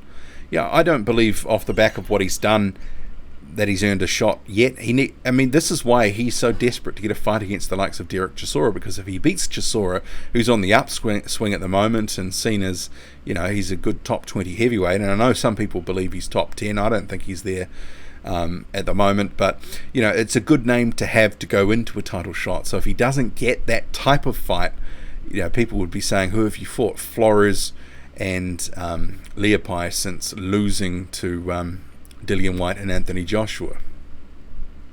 Oh, Scott Belshore, yeah, that's who's fighting Dempsey McKean.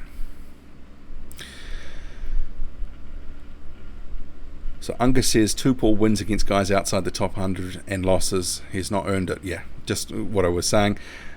David says Parker deserves a shot, if only for being cheated by Hearn versus Joshua.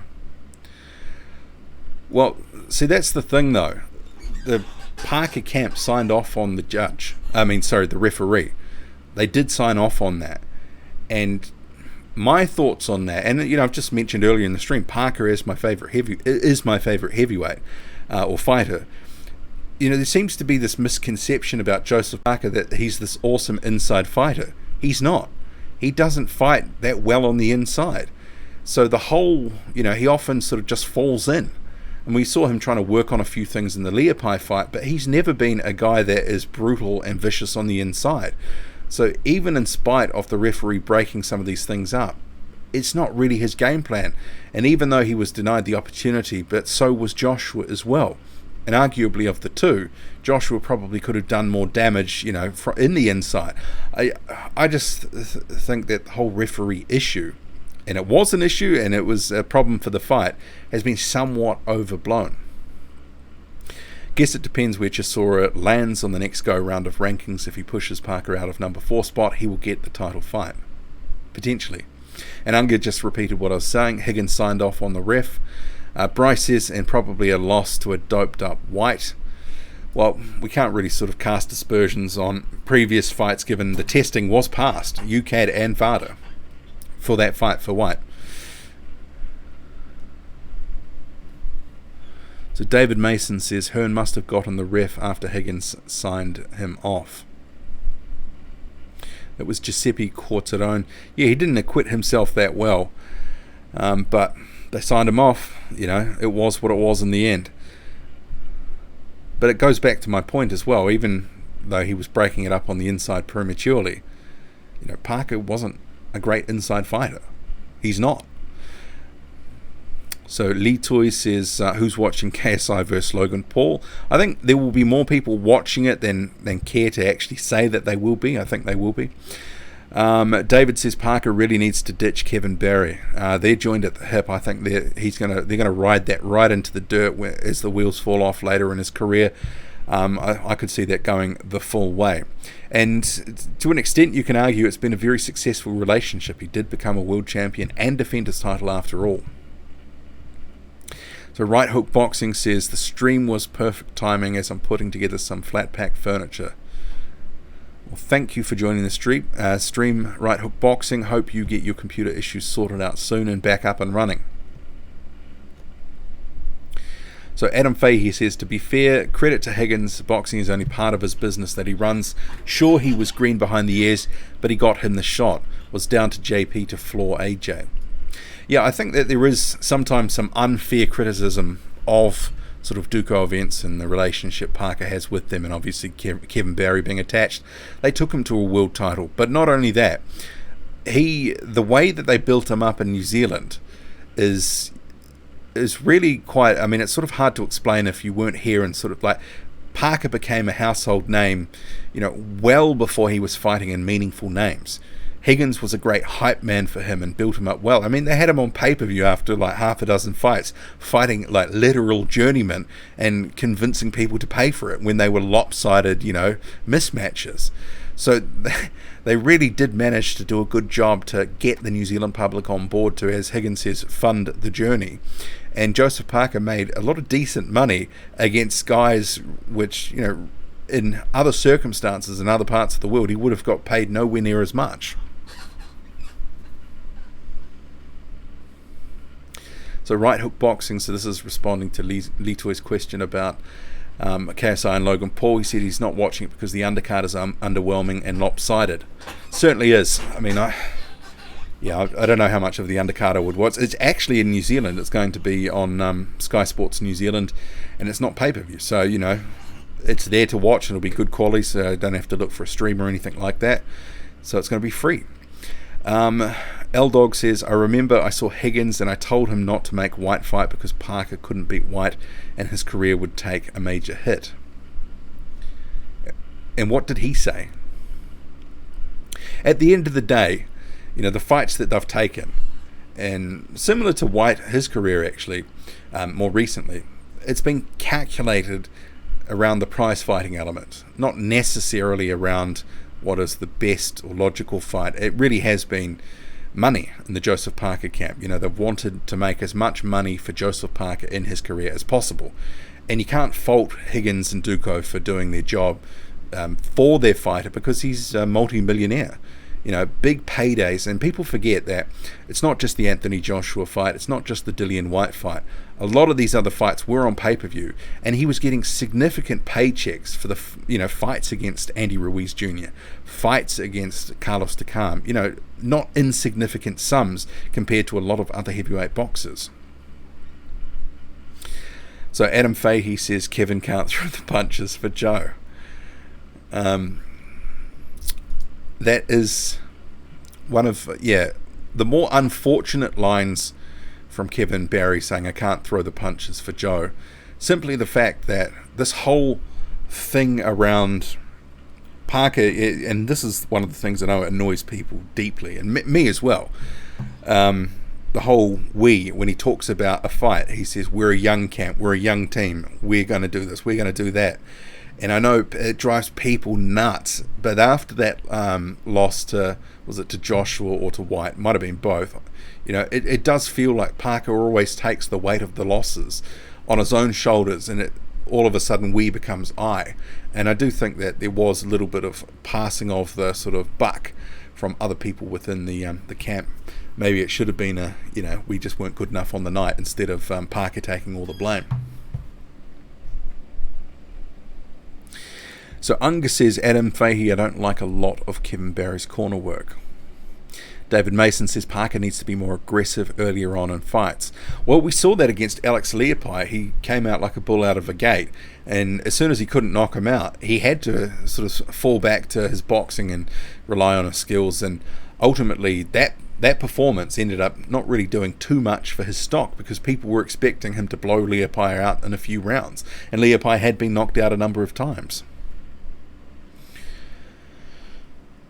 So David says second class Dominic Ingle maybe, and that's talking about Kevin Barry. Unga says he's a second class Teddy Atlas. Ruthless guys here. So Peely says White almost got finished by Parker and Revis in the late rounds. This time off might have helped his cardiovascular training. You mean for Dillian White? Depends how much he's been training, I guess.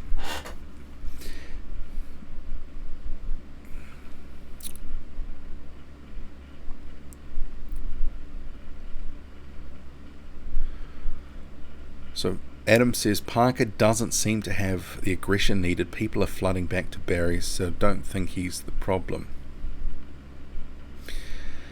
I mean, I think Kevin Barry is a good trainer, but I think there is an argument to say with Parker that have they reached a natural sort of conclusion to their relationship? Because I think we've seen fighters move on to other trainers and they can gain the knowledge and experience and take things to a next level by picking up new things, and just, a change of scene can sometimes be good. But that's not going to happen in this case. It clearly isn't.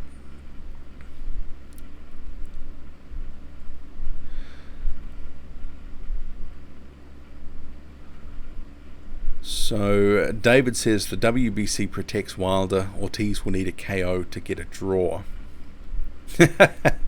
L-Dog says he basically built 2 world champions since day one. Is that Kevin Barry? Unga says Lennox Lewis was a completely different fighter under Manny. And I think, arguably the likes of Vladimir Klitschko was as well. He was more of a swashbuckler earlier in his career, but, he was getting stopped, getting knocked out by guys like Ross Purity unexpectedly. And he changed his game when he went for a change of trainer. David Mason says, ask Razor Ruddock or Andrew Gallotta about Lennox's lack of aggression. Yeah, Lennox Lewis he was a very, he was a decent puncher. I think maybe some people forget that, but he could crack.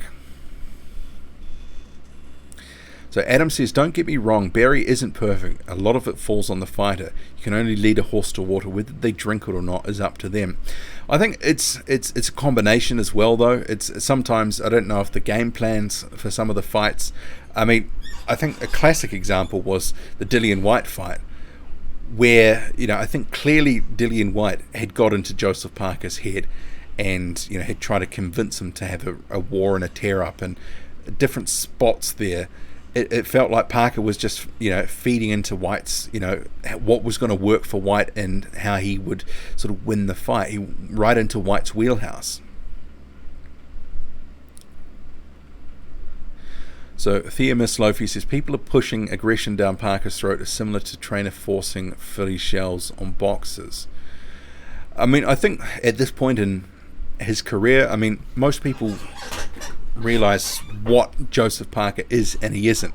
He's not a massive knockout puncher. Although he was knocking out journeymen left, right and centre early on, clearly at world level he doesn't quite have the power to trouble some of the better heavyweights with decent chins. We've seen it. The knockouts dried up, and it only ended up being, I think it was against Flores that broke basically a 2-year streak of no knockouts, and then obviously the whole Leopai fight, it never really looked like he was going to drop him or rock him, and it ended up just being sort of he just wore him down. He never really lost a second of that fight, but it wasn't the sort of performance people were expecting or wanting of Parker.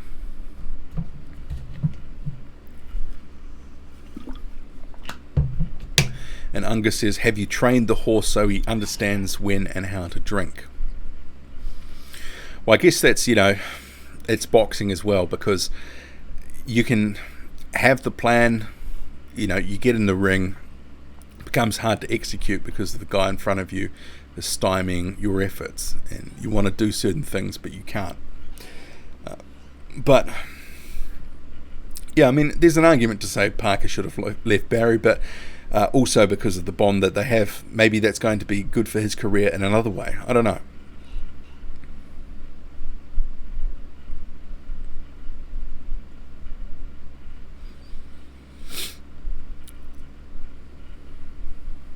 Will Tony Harrison have the same success with a power jab versus Charlo, says Peely. That's a good rematch. I enjoyed that first fight, and I thought that Charlo was doing better than the sort of scoring indicated, but he was very accurate, and I think part of Charlo's problem is he's sort of fallen, like a lot of other fighters, and maybe you could make the argument for Inoue last night, that he seems to have fallen in love with his power and thinks that he's the biggest puncher out. And he just really was unloading power shots trying to take Tony Harrison out, who was obviously, with what he was doing with his jab, his body work, and just all-round good ring craft, was stealing rounds.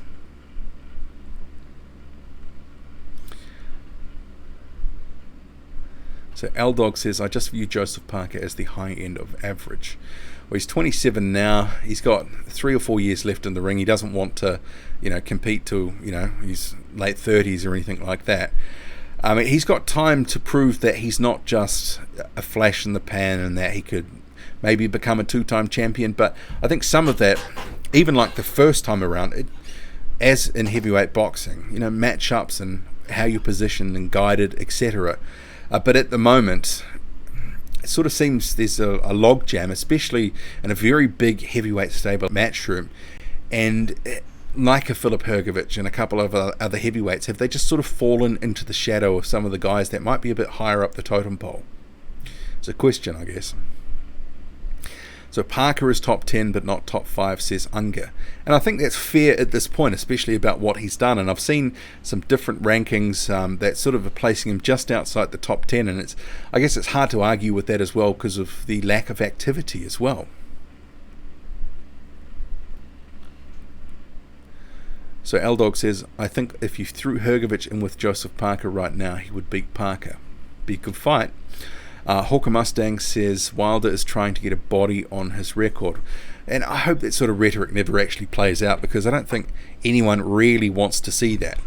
And that would, that sort of sentiment, even if it's said in jest, it is a little bit cringeworthy. Derek Chisora sort of saying some of that similar stuff ahead of the Price fight. As, in this, with the recent, was it 4 deaths in the past 6 months or so? Yeah, I mean, that sort of stuff, even though it's for effect often and people don't mean it, it is cringeworthy. So David says Wilder will get folded in half by Ruiz Jr. I guess it depends. Will they ever fight? Is the opportunity? I mean, if Ruiz beats Joshua, I don't think we're going to see a unification anytime soon, even though they've made signals and noise about that. I mean, Wilder will have the Fury fight. No guarantees if he wins that. And I mean, he's got the Ortiz fight to deal with too. I mean, and if he lost to Ortiz, there'd be a rematch, and Ruiz would have to mandatories to deal with on his end. So AZ says, Duopa laugh at Wilder's power. L-Dog says, I know it seems unreasonable, but I honestly believe it. I guess that's about Parker and Hrgović if they ever meet up. Just take a drink here. I lost my place in the chat. Slowly catching up, though. Slowly catching up. We've been going for about an hour and 37 minutes. I'll go for about another 20 minutes or so.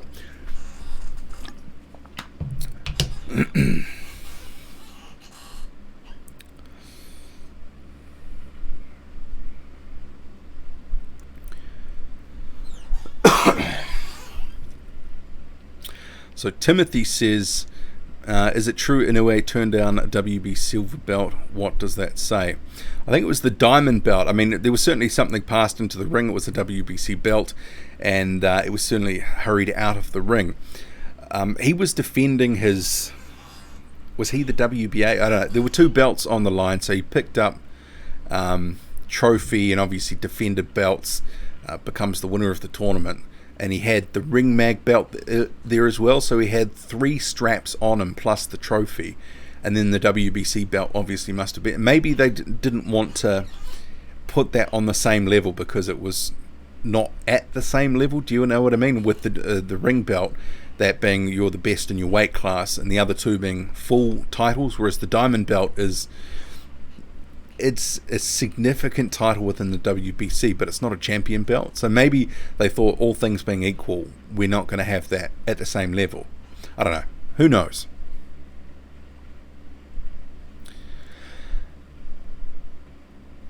So Right Hook Boxing says if Ortiz were to win, he'd probably be pissed that he could have took Foreman's record. I guess if he has lied about his age, that could be something that maybe gets amended at some point. Who knows?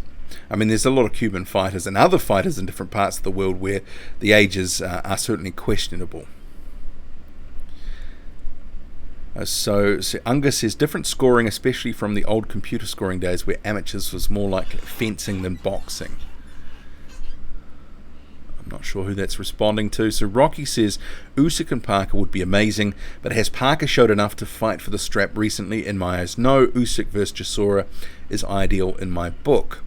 And that's, I guess, the thing Parker is sort of fighting against at the moment. Simply put, that he hasn't really been too active. He's had one fight in 2019, and Chisora, even though Spilka and Price, they're not world level, they're probably somewhere between top 30 and top 60-ish, something like that.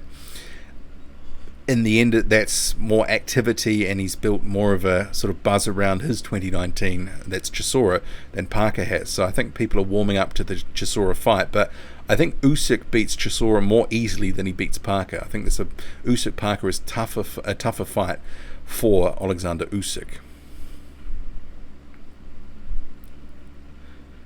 So Ruben says Ortiz shares a best win with Joe Joyce.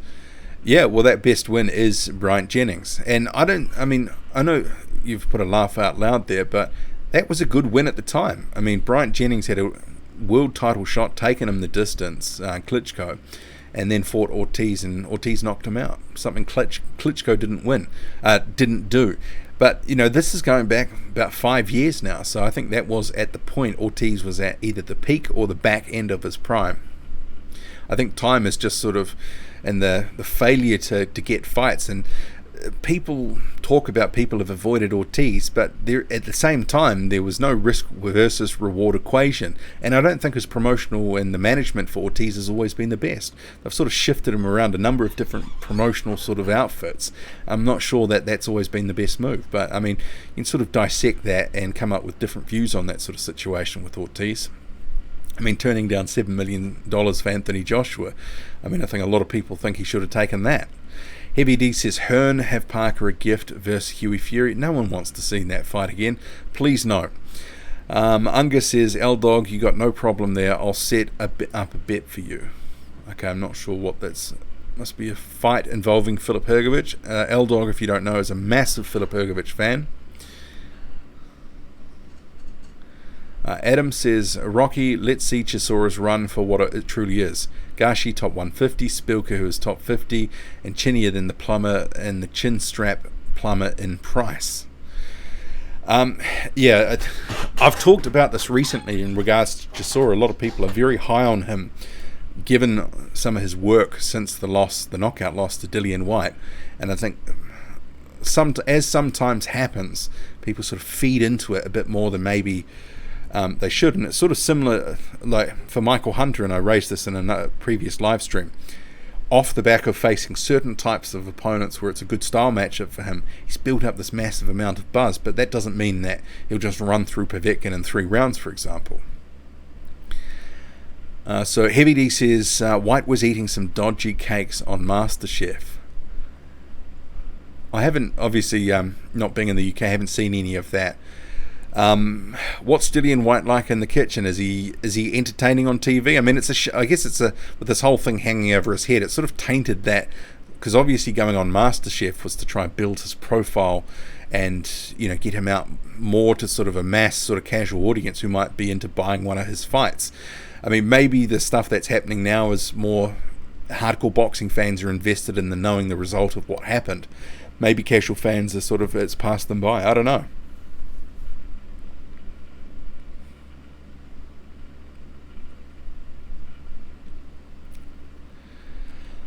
So John says, how long Boxing Squared, in your honest opinion, does it take Wilder to KO Ortiz? I believe he will get the job done within 6 rounds this time. What do you think? I think it could be 6, 7, 8 rounds, something like that. I think it will be similar to the first fight. It's going to be a feeling out process, and then we'll see a bit of action. Ortiz could have some success, but I think Wilder will take advantage at some point and get the job done. Just my thoughts on that.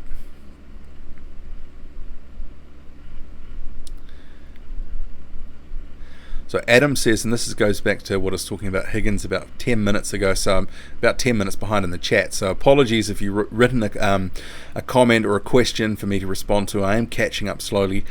So Adam says, Higgins needs credit. Parker versus Minto, 5'0" journeyman, was pay-per-view when Parker was 8-0. I mean, that's what I'm talking about. They managed to convince people to buy it. I mean, I think I must have, all but I think one of those pay-per-views, all but one that I bought, and the one that I didn't buy, I think I was at some sort of family event or something like that, so I couldn't sort of watch it. But yeah, they made off like bandits to the New Zealand public. And if you followed this channel for any length of time, you know that I sort of described some of what Duco used to do as the Duco special. They would bring in a guy that had a record of like 16-1, 16-2, or 17, 18-1, something like that, and talk the guy up something crazy, and a big test for Joseph Parker, where in reality they were out and out journeymen in waiting. I mean, I think Daniel Martz might have been about 16-2 at the time that he fought Joseph Parker on pay-per-view. So Martz has been a pay-per-view fighter. And what's he now? Something like 20-7 or 20-8. He's rung up a lot of losses. So they did some very good matchmaking to find these guys that had extremely padded records to bring in as cannon fodder, to build up Parker's resume, pay-per-view, make money. They did extremely well there. But that's why Parker hasn't been as high on BoxRec as some people might think, because he had such low-level opposition for so long. They were overmatched opponents, and clearly to make money, pay-per-view, and they needed to give him more experience and seasoning, Joseph Parker, that is. So his first true step-up fight, you probably say it was Carlos Takam. I mean, some of the other guys that he fought, they were either well past prime, like a Franz Botha, or was it Karimi, and there were a number of guys that you kind of go, yeah, they were well faded at the time they fought Parker, or were just out and out journeymen.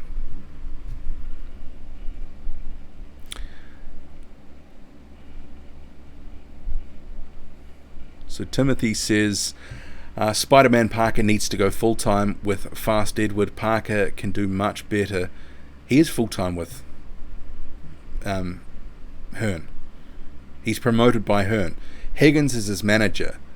But Hearn is the promoter, so it's all on Eddie Hearn at this point, and has been since about 6 months ago. I mean, Higgins is operating in an advisory managerial capacity for Parker. I mean, most boxers have a manager; they don't just have a promoter. So, I mean, Hearn is the one that really has to set up these fights for Joseph Parker now.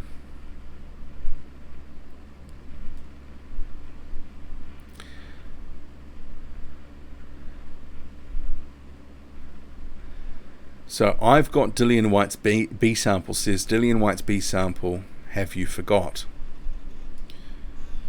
So that's the thing. I mean, I think they've already said there was no B sample, because on the strength of the A sample and the panel, that he passed it, that he was cleared to fight, not necessarily passed it, but cleared to fight. So I don't know, we have to wait for UK to know what really went on, because anything now is just speculation. But this whole process, it really will hamper his career if they can't get it squared away soon. And if he comes out on the wrong side, well, that's going to be bad for his career, no doubt. So Adam says Higgins will be laughing to Edward saying he made Parker versus both the pay-per-view, and it sold, and it did. I bought it. What was I thinking? But they managed to whip up a real sort of fever and fervour for Joseph Parker in New Zealand. And in New Zealand, boxing is a sort of fringe sport. So it's not like it's a very strong sport here, but in a market of 4.5, 5 million people, they were able to basically get this guy in front of the news and get them into the media and build up this massive following. They did a good job. Timothy says Lewis was a top fighter. Adam says David Higgins is the Don. Maybe we wouldn't go that far.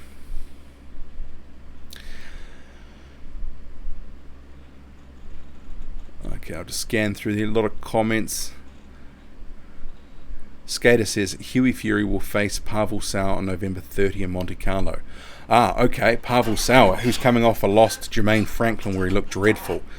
It'll be interesting because if Fury, for example, with these slinging right hands that he's become known for now, stops Pavel Sauer, who looked like he should have been stopped by Jermaine Franklin but wasn't, it'll be interesting to see because Fury's not a noted puncher either, and Franklin's talking himself up crazy as the next biggest thing in American boxing and the next heavyweight champ.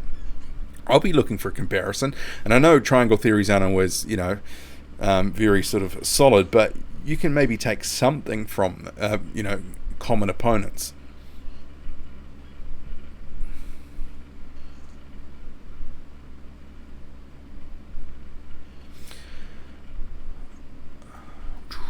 So Heavy DC was saying Hearn already gave Parker a gift decision against Huey Fury after people said he robbed Parker versus AJ. The Huey Fury fight was well ahead of the Joshua fight, and he wasn't with Hearn at that point. Fury was promoted by Mick Hennessy, and that was the famous fight that was put on YouTube, although it was on pay-per-view in New Zealand on Sky. It was something like $50, if I can remember. Was it $40? It was pretty expensive. So Scott says John Otter squared thinks Wilder will finish Ortiz quicker than the 10 rounds of the last fight, but is not picking a round as yet. Probably 6, 7 or 8, something like that. Derek is just an entertaining journeyman / gatekeeper. Well, I think he's proven he's still got something left in the tank, but I don't think he's going to trouble anyone at world level. And Spilka and Price weren't world level, far from it.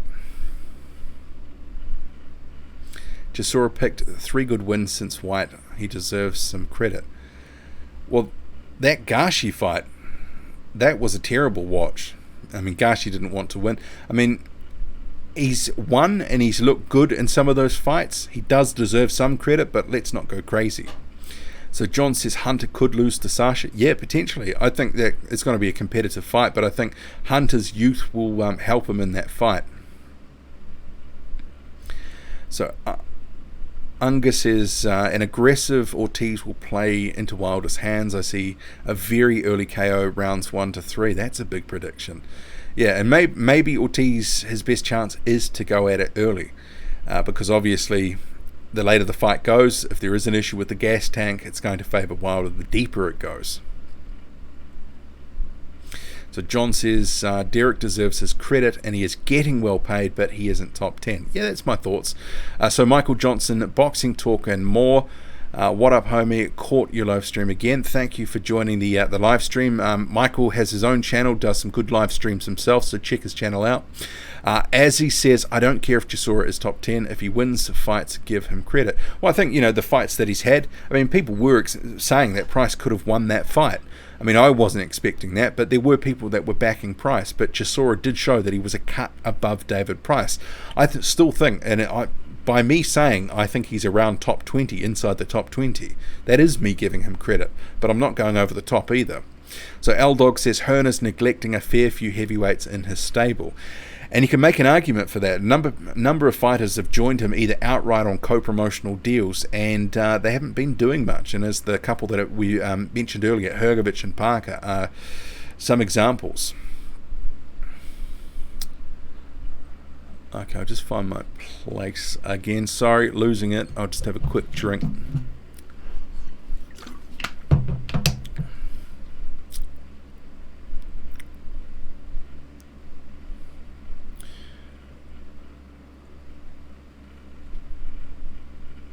So someone's asking about Junior Farr. So he's got a fight coming up.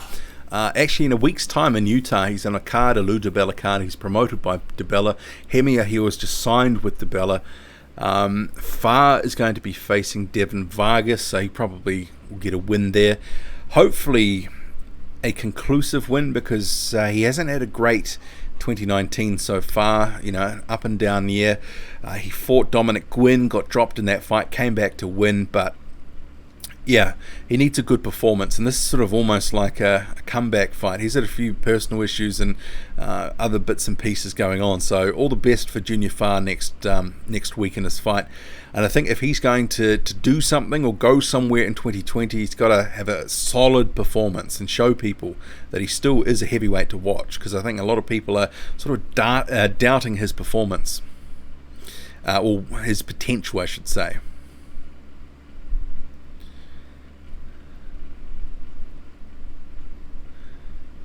So John says, if you're not a Kiwi, Parker is just not a name anyone cares about.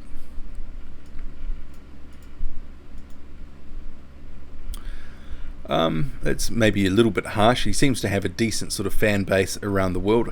In my videos I see that there's a lot of support for Joseph Parker from around the world, the UK where he's fought. Obviously he sort of conducts himself in a good manner. He's been in a couple of decent fights, but obviously he's had some losses as well.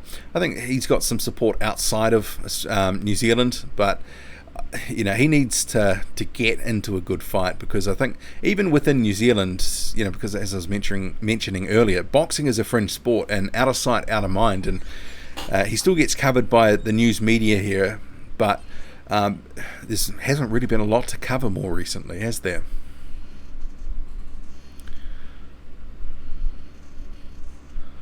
Okay, looks like I've covered some of this part of the chat, so I will scroll down.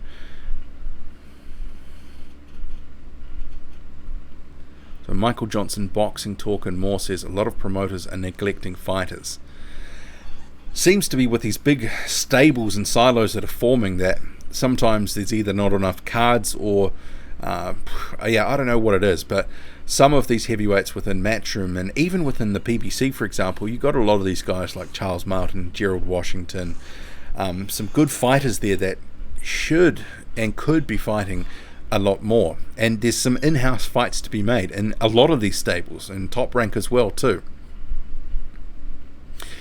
So Unga says New Zealand will be lucky to have 10 televised fight cards per year. Yeah, it's pretty lean. I mean, Shane Cameron's got one coming up at the end of November, and these televised fight cards that Unga's talking about, they're on sort of Sky Sports New Zealand, so that's, you know, you already have to have a subscription. So boxing is not really a sport of the sort of that's broadcast often to the masses, and when it is, you have to have a subscription. And some of these events are in the context of fights, you know, a lot of regional, you know, good domestic fights, but maybe not enough to get a lot of people interested beyond hardcore boxing fans. So Unga says, if Franklin couldn't stop Sauer, absolutely no way Huey does. Well, I could see it actually, because Franklin just seemed to be, he would load up, but he seemed to gas out a bit. Just didn't seem to be able to keep the pressure on at those moments where it looked like he was almost going to get a stoppage. Where Fury, maybe he will be able to if he catches him. I think he might have a chance of stopping him, but yeah, I mean, certainly Franklin's decision over Sauer, it makes Filip Hrgovic's knockout win in the first round look pretty impressive. So L-Dog says, has anyone seen Christopher Lovejoy on Instagram? Yeah, he is pretty, he's pretty out there. He's certainly a legend in his own lunchbox, but I'm hoping to see him in some sort of fight of significance, just to see, well, how good is he? Because at the moment he's got a ranking in the WBA number 10. Can he actually progress from being a club fighter, which he is? He's been down in Tijuana fighting in clubs, to something that we can kind of get a bit of a beat on him, how good he really is, because I mean, who knows? But he calls out all manner of fighters.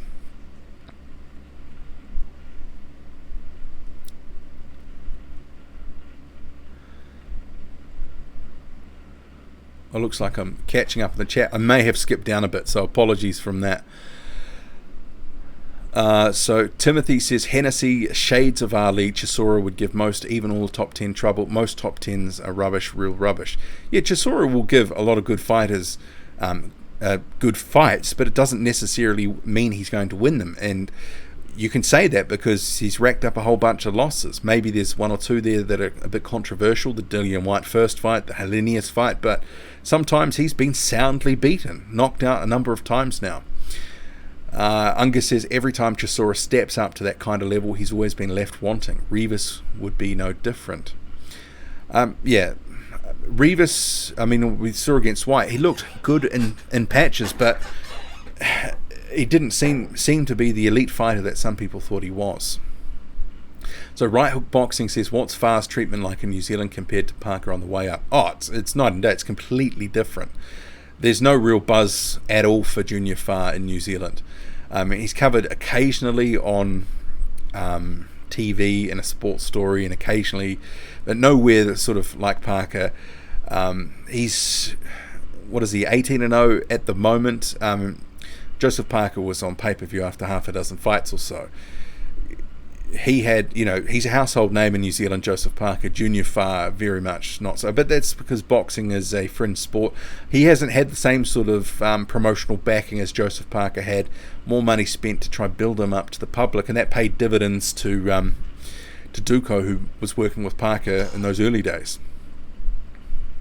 So AZ says Far needs to be fed to Parker already. Well, they could have made that fight, but that's the thing. I mean, Junior Far and their team, they want some decent money to sort of go into that fight. There was the talk about $500,000 each for that fight, but David Higgins has sort of said, nah, that's, that money is not there for that fight. And I agree. At the moment, I don't think you could make that a pay-per-view fight and expect to do it, really well. At the moment, there's no real buzz for Junior Far.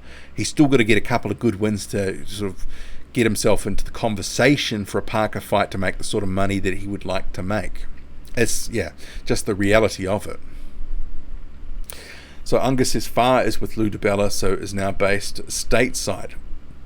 Well, he's fighting this fight in Utah, but he is still living and training in New Zealand out of City Kickboxing.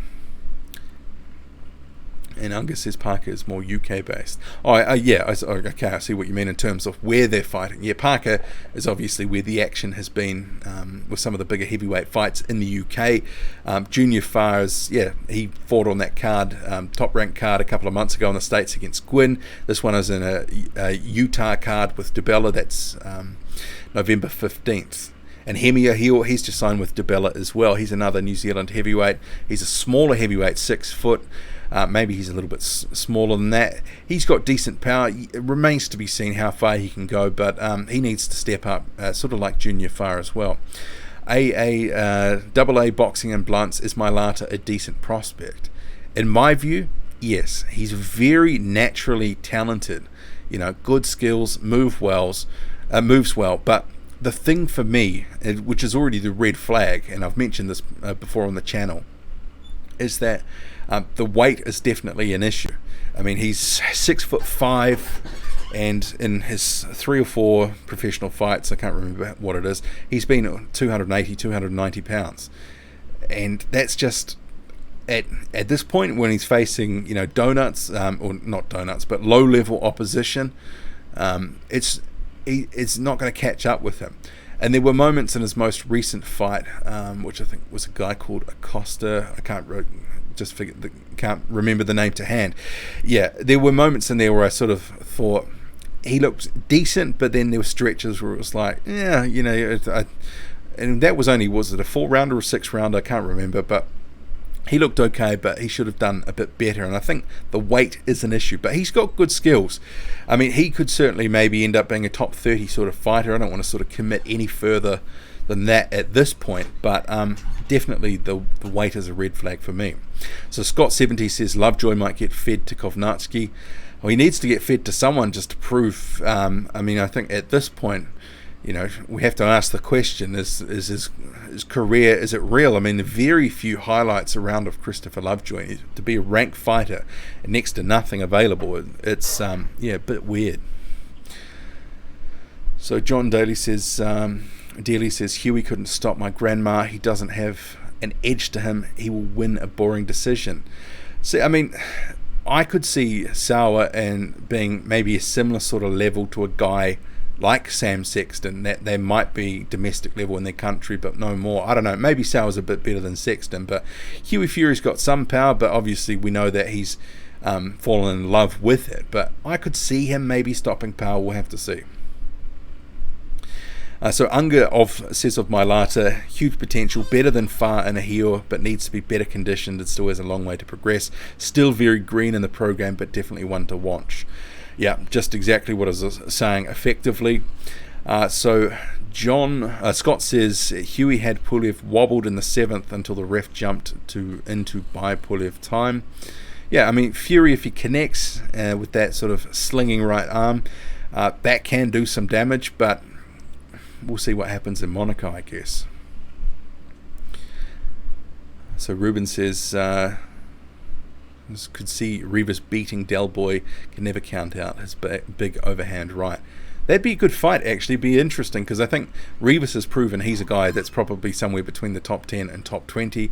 I don't think even though Dillian Whyte had Rivas inside his personal top 10 heavyweights, I don't believe he was. But he's a good fighter, like Chisora. I think there may be some issues at the top end of the division. Can they really beat some of the better, bigger guys, especially movers? But Rivas and Chisora, if that fight happened, I wouldn't mind that. So Chisora isn't even European level. On his best day, he's a B-side to a decent name. Certainly got a lot of buzz at the moment, that's for sure. So Michael Johnson, Boxing Talk and More, says, yeah, I think he signed with Lou. Far's definitely with Lou, and Hemia Hill just recently signed with DeBella as well. So true 2022. This is Hi from Wales, getting harder to catch the live stream now. Our clocks have gone back. Oh, so has daylight savings ended, or started, should I say? I'm not sure which one, in the UK. I have to check that on my clock just to see what the difference is now. So Michael Johnson, Boxing Talk and More, says, I think Chisora would get Rivas. It'd be a fun fight, that's for sure. So John says, it's a lack of power, it's a lack of a killer instinct that makes me think Huey goes the distance. He's always content to coast. Well, and that's the thing with Sauer. He's not going to necessarily press the action and go hell for leather. So it might be an opportunity if Fury wanted to coast, where he probably could. And Themulus Lofi says Huey's biggest problem is he's a left hook spammer. Okay, so Unger says Lou DeBella signing a lot of Australian New Zealand talent, has just signed Jason Karabos. DeBella has employed Brendan Burke as full-time down under talent scout.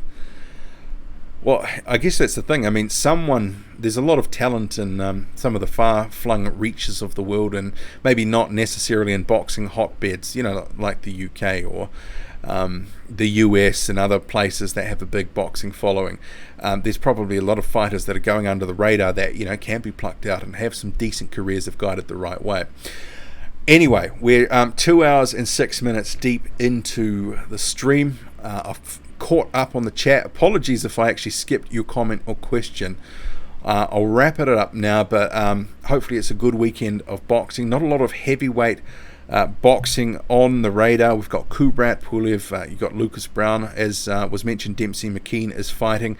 There's a couple of decent fights elsewhere with prospects. You can follow my watch my heavyweight news mashup video to sort of check out the rundown there.